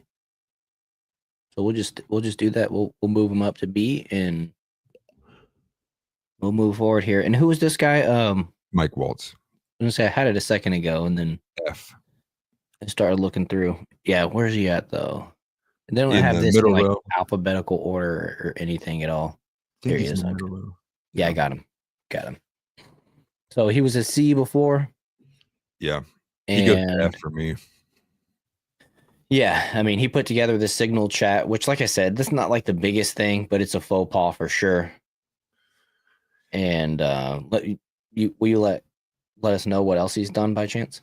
Can you Yeah, scroll so down? Mike Waltz, yeah, he's the one who put together the signal gate, and it was confirmed via screenshot that he was the one who added Jeffrey Goldberg, who was the editor there, I believe, for The Atlantic, who then ran and leaked the story that began all of the attacks on the mainly fell on Pete Hegseth. That's who they tried to steer the blame towards and act like Right. Hegseth was a big bumbling idiot who did things and was leaking all of these attacks. But then we later find out that it's also seemingly part of an organized um, mutiny attempt, basically, with him, Rubio, and a couple others to try to steer or rather escalate the tensions in the Middle East. And seemingly he's being a part of what I would consider, exactly as Tix put it, he's like a snake. Um, can't be trusted. I think we're seeing a very, very, very negative things from him. And I think the Trump administration should move to get rid of him as soon as possible. All And in right. fact, Well, it's as stemming down from that too. I believe 10 of Waltz's individual hires since being brought into office have been let go from people and not him. And Hegseth has had 5 guys be let go of as well, all because of this leaking warfare that's occurring between those two sides and, the civil war inside the administration over the Middle East. all right. Yeah. Well, I'm right there with you then. Yeah, he's definitely an F. Might be the first person that Trump might have to fire. Right. But we'll see. We'll see. So moving forward, we got 3 more to grade. Who's this woman that we gave a D That's to? Elise Stefanik. Okay. Pretty sure. Yeah. Pretty sure it's Elise Stefanik. She was man, she's she's rough. She don't move nowhere for me. In fact, I'd move her down even more if I could. So she was what? She's like the ambassador to the UN, right? Yeah. I think that's what it says right there. UN, yeah. Well, that's the thing. Okay, that's right. Yeah. She's not even there anymore. She's not even there at all. She withdrew. She stepped away on March 27th. Elise Stefanik resumed her role as U.S. representative for New York's 21st congressional district on March 27th, 2025. So yeah, she can move to an F. Okay, She's yeah. no longer a part of this. The House mentioned that she stayed in Congress. Okay. Yep. All right. So we'll move on from her to that's Rubio, I believe. And then Rubio, I Christy Noem, I think, is the last one on there. Yeah, Rubio, Rubio is an F too. Rubio's been an okay speaker so far towards the like the deportation efforts. Like I think he said some good things in there, like as in regards as like playing defense towards like the Kilmar Garcia story or what they were saying. They keep dropping his first name. Abrego Garcia is what they kept calling the guy, the Maryland man or whatever. But outside of that though, everything that I've seen and everything that we know, he is a war hawk. And so far it's being reported that him and Waltz are the ones that have been leading the charge against Hegseth and JD Vance. And I think just based on that alone, he remains in the F tier. Okay. And I was going to say, I know I was not high on Rubio. He's because I was so low on him from the beginning. He hasn't really let me down. Right. He's had Right. Trump's back whenever he's had the opportunity to turn on Trump or whatever. Kind of just maintain status quo, not really shaking things up that I've seen. And so no real like negatives as far as being in Trump's cabinet that I've seen. I Right. do if he has try to oppose Hegseth. Does that mean that Rubio would prefer go to war with Iran? Yeah, You think? right. That's where he's been at actually. And so much so to the point that what I just read off of Grok was that he's actually been not as high on Steve Witkoff's efforts for the negotiations in both regions, in Ukraine and Russia, as well as Iran and Israel in the Middle East. All right. So I think on those he might be able to move up a little bit just if you have you Yeah, have I was thinking we might be able to move him up just a little bit, like just because I was so low on him before. But I'm fine with keeping him in F, to be honest with you. But I don't yeah, know if he's that's completely why I'd keep flunking him. the job right now. I think he at least probably deserves a D. Now that I'm like saying it out loud, the good old say it out loud test. Yeah, well, it's funny because this end thing here that I pulled out, it says that Rubio's also facing criticism because he's not as hawkish as his Senate stance, and he is more restrained under Trump, Right. That's what I've noticed is that since which he's is been funny. on Trump's cabinet, that he doesn't seem to be. Seems like he's gotten on board with Trump, which is a plus. Yeah, well, they're in the same pocket as with Miriam Adelson.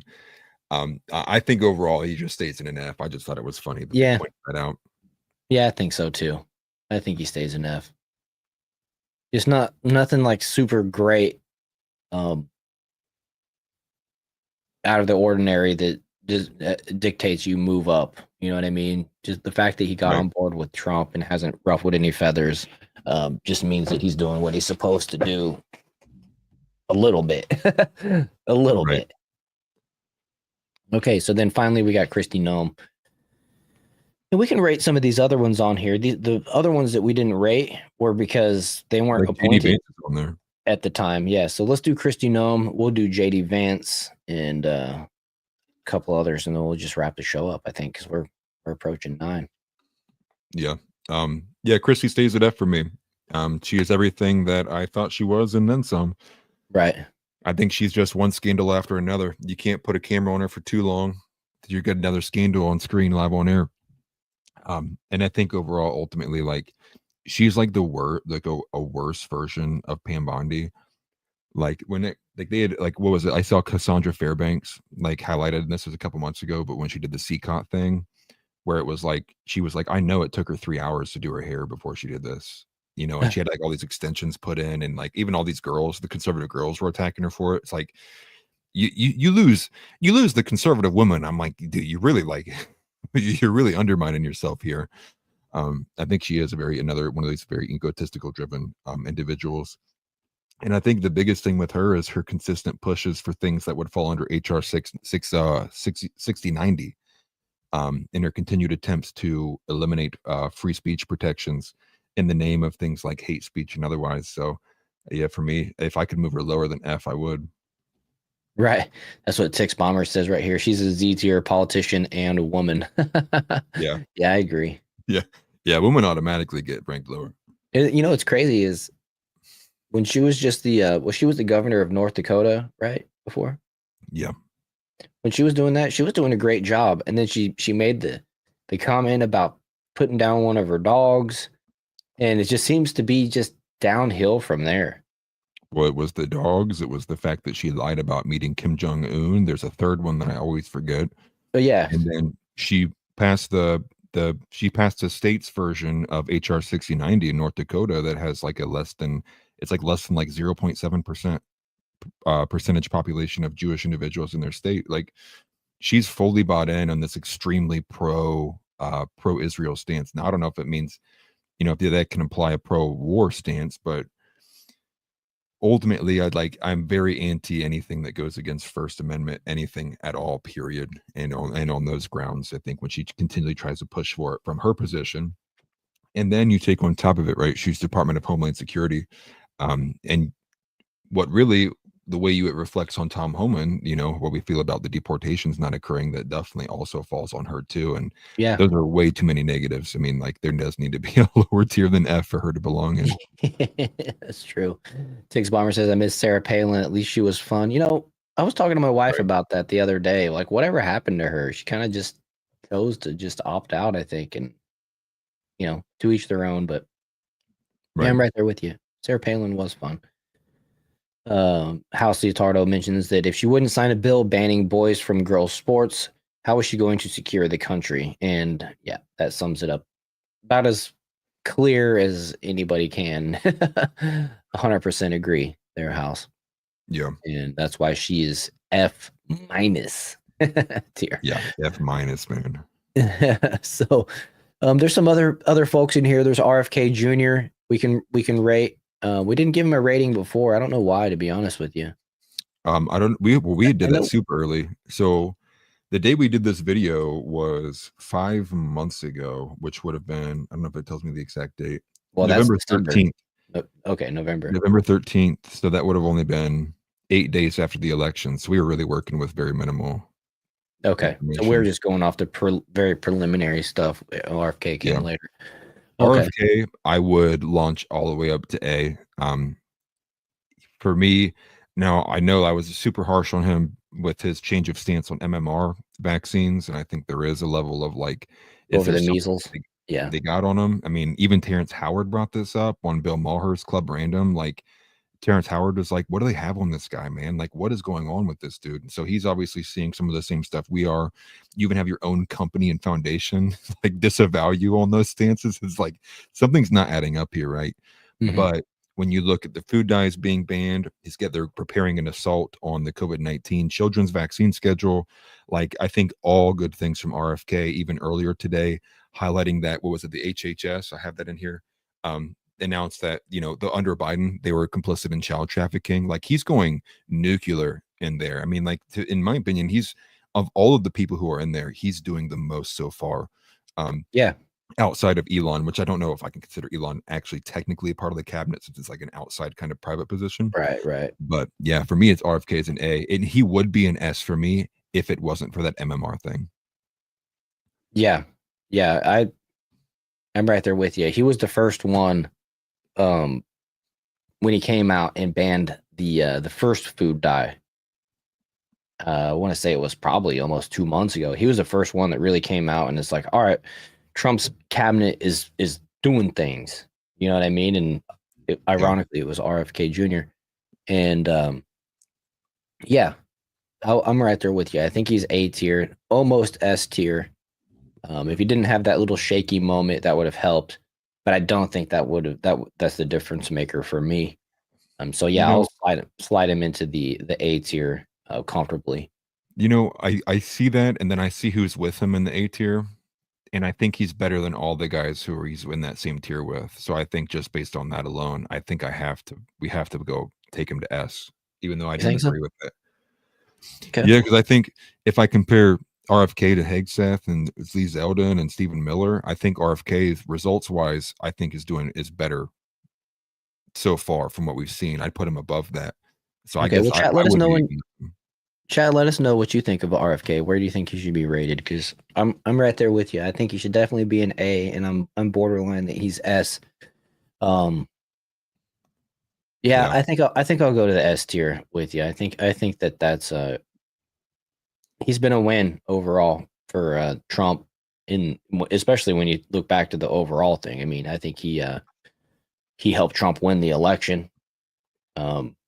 Granted, Trump won in a huge landslide, but I do think that so he probably could have won without him. But I do think that he was a big factor.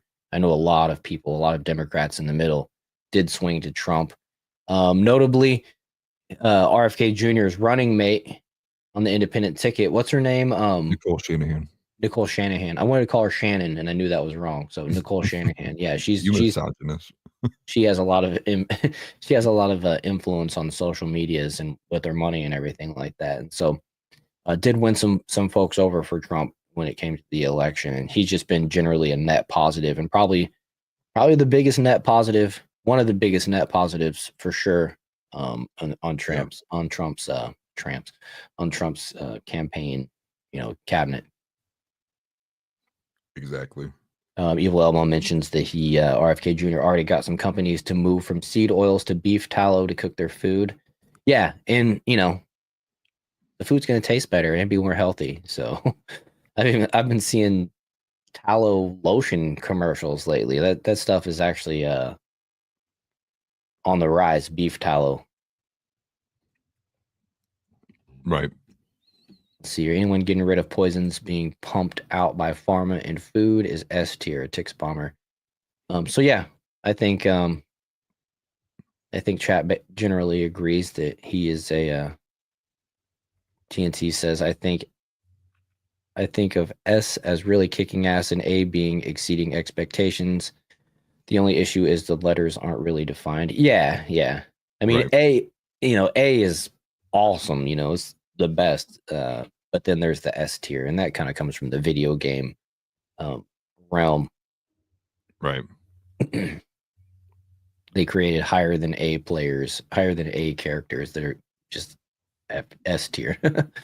Yeah. And then I think of also like his, his open campaign on things like autism as well too. Like I think those are all like fantastic things, and I think they do all need to be explored. Right. Ultimately, like I think at the end of the day, like he's almost like in too many directions. And Like I just really hope we can get health quality. overall is number one priority. Right. Body is temple type scenarios, and if we're all a bunch of fat slobs, then who cares if our borders are open and you know what I mean? We're not long for Right. this world anyways. So Exactly. yeah. I think TNT says when they use bacon grease, let me know. What's funny is I've always wanted to try bacon deep fried in bacon grease that has been beer battered. Beer battered bacon in deep fried in bacon grease sounds so delicious to me. But maybe that's just me. One day like staring at you right now. One day I'll have enough bacon grease saved up and I'll do it. Watch. Said, you sick bastard. Evil, I'm hoping to get rid of all the junk in our food. Yeah, definitely. And since RFK has been in there, I've learned a lot about cereal. I've never been when I was a kid and younger, I was I ate a lot of cereal. I don't eat much cereal as an adult. My wife does. And I don't ever want to touch cereal stuff again. I mean, I can't remember what it was, the actual story, but I remember when it came out, I was just like, yeah, glad I don't love cereal because I'm not eating it anymore. Right. Elmo says I sometimes cook my omelets in back on grease.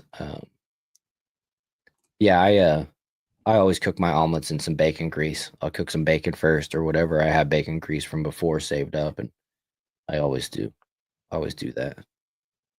Eat a lot of omelets around here. We get over a dozen eggs a day, so get a lot of eggs around yonder. Right. Oh, bacon grease. Yeah, not back on grease, bacon grease. I should have known that when I read it. Back on grease, yeah. Sounds about the same. Yeah. So let's do you want to do one more? Do JD? Yeah, let's do JD, and then we'll just do our verse of the day and all that stuff and get out of here. Where's JD at though? He should be at the front. Like, come on. Like at the bottom. Yeah, there he is. Advanced. They're the only one they put in alphabetical, even though the two after him were Kellogg and Gore. Yeah, see, we didn't put him on one last time, did we? No, we didn't. We didn't look at him as a cabinet pick, I think, or whatever. You know what I mean? Right. TNT asked, did you know that our bacon isn't what the rest of the world calls bacon? Ours is superior. I'm down for that. Oh, Hal says, try frying onions in bacon grease. Bro, that's what I do when I make hamburgers. I take some bacon grease. I slice the onions up real thin. And while my burgers are cooking, I cook the onions in the bacon grease and throw them on top of the burger. Bro, yeah, try it if you haven't. A lot of people don't like onions, but I started liking onions as an adult, and they belong in an omelet and they belong on a hamburger. That's for sure. Mm-hmm. But yeah, Tick says they try to call ham bacon. Yeah, it's not the same. Like Canadian bacon, it's not real bacon, right? It's just ham. Right. Yeah, the rest of the world thinks Canadian bacon is bacon. Yeah, no. Dumbasses. Yeah, fake actually. This is why I don't we know, should man. rule the world. I 100% agree. But for JD Vance, going back to the focus here, because I know we're after 9 and you probably got to go here soon. Yeah. What do you think we would have rated JD Vance to start? I would have been harsh on him. I probably would have put him at a C or a B. I think right now, like, I mean, I do agree. Like, Tex, I think it's funny, like the meme thing puts him in like a separate category, right? He's becoming larger than life a little bit. Yeah. Although I just, in terms of like what has he done so far in this first 100 days, really nothing like major. But that's also part of like being VP is you're really just like attached to Trump. That you're basically Right. follow along, extra kind of voice to back him up. And I Right. think in that role he's done well. I mean, you kind of think to the Zelensky moment, the viral moment of them kind of ripping Zelensky in office, and I think that was good. I think that was a good moment. Mhm. You know, and I was gonna get ready to say that House literally commented right when there. He And killed the right, Pope. did he That's did he made. kill the Pope, right? Like, is that like, do we credit him with that? So for me, I'll give him a solid A rating. Well, I think Daily Mail wrote an article saying that. So That's funny. I think I saw a headline yesterday or the day before. I can't remember where it was. It might have been in Daily Mail, but yeah. So I mean, those two things. Notably, the when he stood up to Zelensky, he caused that whole, blow up there in the White House. Yeah, I thought that was him having the president's back, and he wasn't overstepping the president or anything like that. I think he handled it well. I think he was right. a calculated move that was well calculated. And so, generally, I think to start off, I would have put him at A or B. You said B or C, so we'll Yeah, just say that we would have slid him in as a B pick, to be determined. I like his two-way stance, um, all that type of stuff going in. I like Don Jr. and he's Don Jr.'s guy, so I like that. So I would have been A or B. You would have been C or B. So we yeah, would have settled on B. But moving forward, I want to say A. I want to say he's been a great vice president. Comparing him yeah. to Pence, especially, Right, we do. This is cool because we can draw parallels on this because Trump has had a different vice president before, right. and we can actually compare here. And I think that he's definitely way better than Pence, and I think I would give him an A grade. He's I don't know. He can either maintain B or move up to A. He hasn't done anything really, in my Well, opinion, to I make give me him not A. like him. I give him A. I mean, you add in the fact that he's taking Hexa's side and trying to demilitarize or de-escalate the tensions we have everywhere, and also is very strong, basically kind of anti-Ukraine, absorbing all of our money stance too. Mhm. And like I said, like he's playing the role perfect for being like the backup voice to Trump and like not turning attention on himself negatively in any way. And Or it's exactly floating what any Trump. kind of subservient ideas like Pence was kind of doing his whole first term. Yeah, well, he was barely even there. Like, Right. he was like a non-factor almost. And in fact, like if you look at the sum of everything, he was just negative because his biggest moment was stabbing Trump in the back when it came to the alternate slate of electors at the highest moment. They basically Yeah. like the lead up to J6. So yeah, like my negatives or JD all fall kind of outside of like what he's done in his first 100 days. Yeah. Yeah. Like my But negatives are like the way he's like the name changing and like the feeling of like he's being set up to be the avatar to be used for the next what comes after Trump, and like the fears that come with some of his less harder held stances, like with things like Catholicism and the way he feels about white people and what we saw with the hillbilly elegy. But none of that matters in like what he's done right now, right. in And then terms of the you combine presidency. that with his his wife and some of those things like his life choices. I kind of like, I don't know about that, but Right, that's not what we're judging here. We're judging his job as VP. So right. those aside, a little bit aside. But TNT mentions all you hope for in a VP is not to embarrass your president internationally, but JD can do more. Tix Bomber mentions that he's not pushing war, which is a great thing. TNT mentions give JD revitalizing the Rust Belt. He could whoop ass on that. Yeah, Yeah, that that could be a good idea right there. But I do agree, he does need like a project that's not like what Trump had or what Pence had, Right. assisting Fauci. You know what I mean? That was a whole bunch of bullshit. But Right. let's see here. TNT also mentions that I do like how he was too cowardly to be in a room with a woman alone, but that's smart these days. Yeah, that's actually smart. And I know a lot of like male role model leaders that actually have that rule for themselves, like some pastors and things like that. Yep. That it's just a smart, it's a smart look for somebody that could be a target of, a Me Too type scenario or something even less than that. But Right. it's a good rule of thumb to have, I think. So yeah. Would like to see him head up some type of I don't know, committee project that could you know what I mean, really make him stand out going into this 2028 campaign. But I'm not sold that JD's the guy in 2028 just yet. But Right. completely understand that he might be the guy. So Yeah. anyways, I hope you guys enjoyed that little grading and rating that we did, and we'll probably revisit this again maybe in the next 100 days. We'll see. Right. But for now, this is where we stand. And I don't know, is there anybody else in here that you want to Yeah, there's look like 2 in? notable ones, right? You have Scott Bessent and you have Caroline Levitt. You could probably throw in there. Yeah, Scott, I I was gonna think just say, for a base rating, probably go to a B or an A, and then Caroline Levitt, same thing, probably B or an A. yeah, I think so too. I think so too. Well, I'm gonna do B actually for Besant. Actually, what? He's probably an A. I think I would give him an A myself. Do you agree with that? Yeah, I'm cool with that. And then Levitt, I'm gonna do an A as well. She's young. She's doing a really good job. She's toeing the line for Trump, and she's actually a pretty boss. So I would do an A for her as well.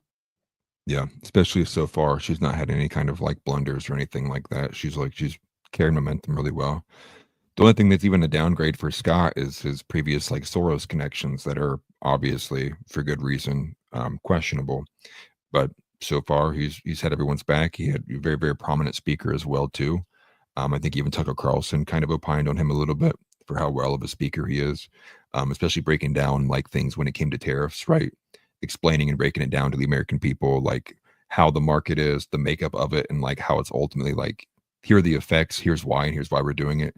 He did a great job on that. I think kind of lended himself to people who were like maybe concerned about Trump's tariffs because Trump's obviously not going to explain it or break it down in a way that people will understand a bit more of the science to it. So Scott fulfilled his role pretty well.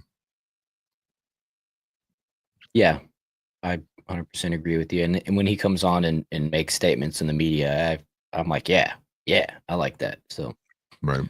um, yeah, I think that's a good rating, and this is a good list that we can go off of next time. Some of these other dudes in here, um, just so hard to even judge or even where to begin on some of these folks. Right. So I think this is a good core of individuals to rate. TNT asked, how do you grade your grades? And Yeah. I think we're right on Elon. He's still S tier. Um, I think we did pretty good. I mean, the only person that truly like fell off was Vivek. Um, Yeah. Vivek, Stefanik Walt. Stefanik fell down, but she was a D originally.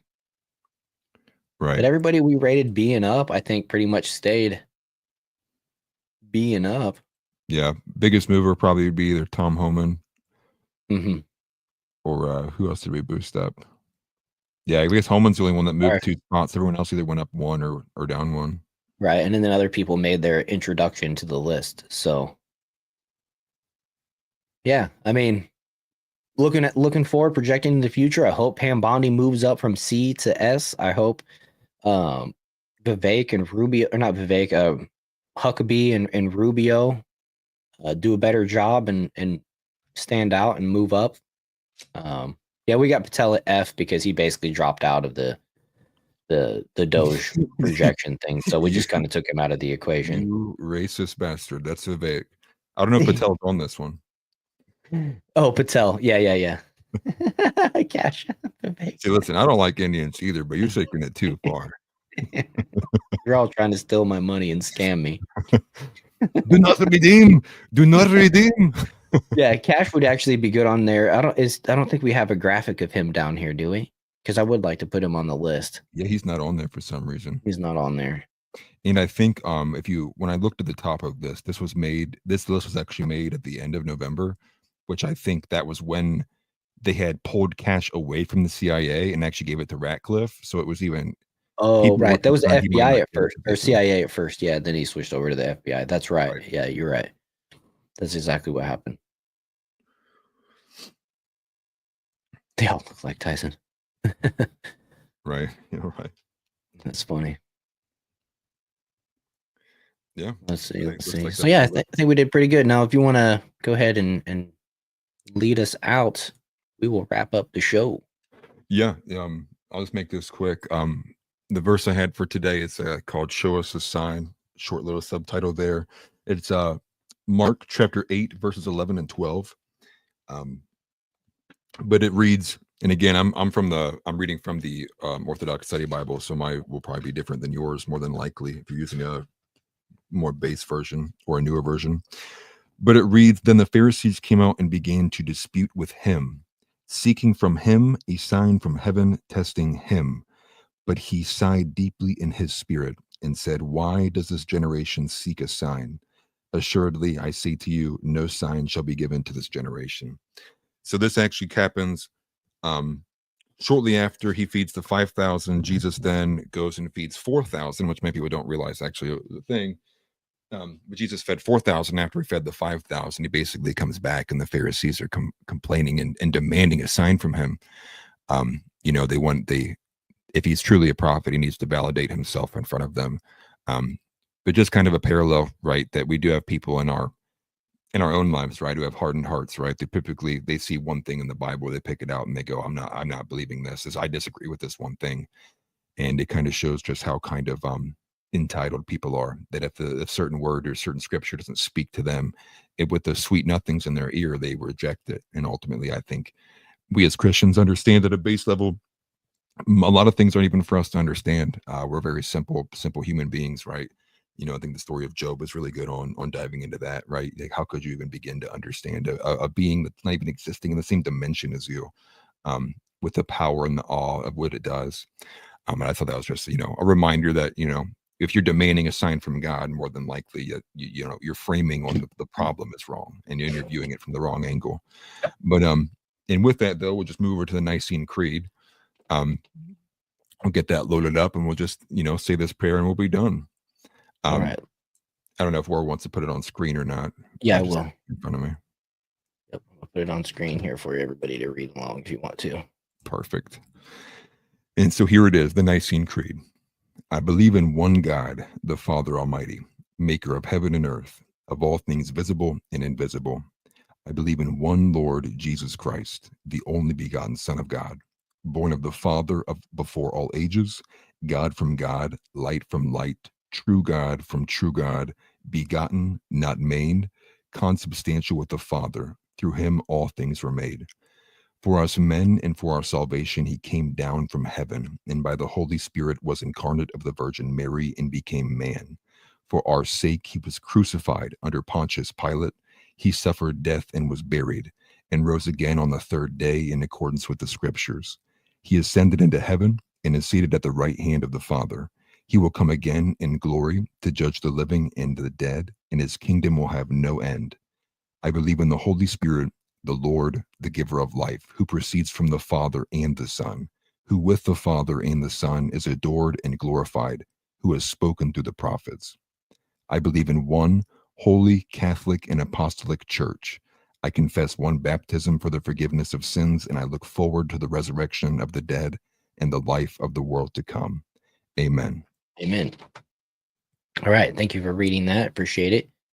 Yep. And, with that, I'll just say, make sure you guys hit that like button. double check, make sure you're subscribed. I saw over in Chris's Discord earlier today that some folks were being unsubscribed from his channel. So do make sure that you're still subscribed here. Also, if you're subscribed to Chris, make sure you're still subscribed to him. YouTube, Effery. We're also up on X. All the links to find us are in the description to this video. You can also find the show over on Rumble under the channel America First TV. So with that, I'll just say it's been a great time with you guys this evening. Thank you to everybody who showed up and participated in chat. I wholeheartedly believe that we have one of the best chats on YouTube, and I'm just so grateful for you guys. You guys make my evenings 3 times a week much better than just watching some random TV or something like that. You know what I mean? It's much more enjoyable of an experience, and I'm looking forward to watching the show grow, which will happen with all of your guys' help. So do make sure you're sharing the videos that we put out, and make sure you're clicking on the videos that we put out. They're clips from the show. So if you have to watch something twice, I apologize, but your guys' support right now is what's really going to help us kick this channel off.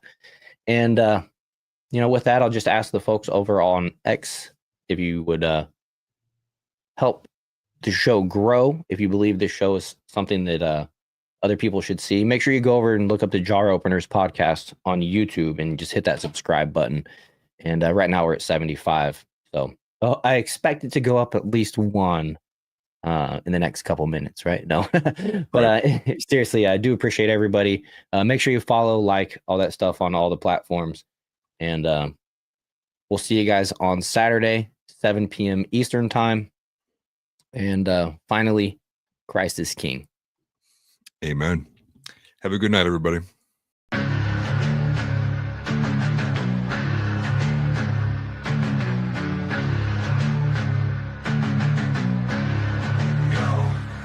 With war rolling at the start, we here to bring the truth. Jar open this podcast, we breaking through the fake news. They try to silence us, but we will be subdued.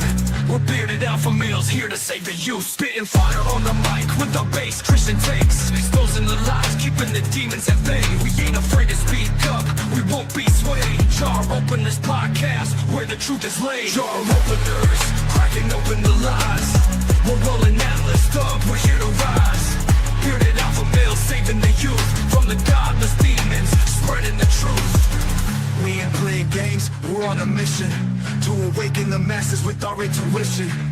Pulling out the corruption with no inhibition. Jar open this podcast, sparking a revolution. We're not afraid to stand tall in a world full of deceit. We're the voice of reason, bringing light to the street, keeping it real, never missing a beat. Jar open this podcast, where the truth meets the heat. Jar openers, cracking open the lies. We're rolling Atlas up, we're here to rise. Bearded alpha males saving the youth from the godless demons, spreading the truth. Jar open this podcast, where the truth will never cease. Join us on the journey to bring back peace. We're rolling Atlas up, fearless in our release. Jar open this podcast, where the lies will decrease.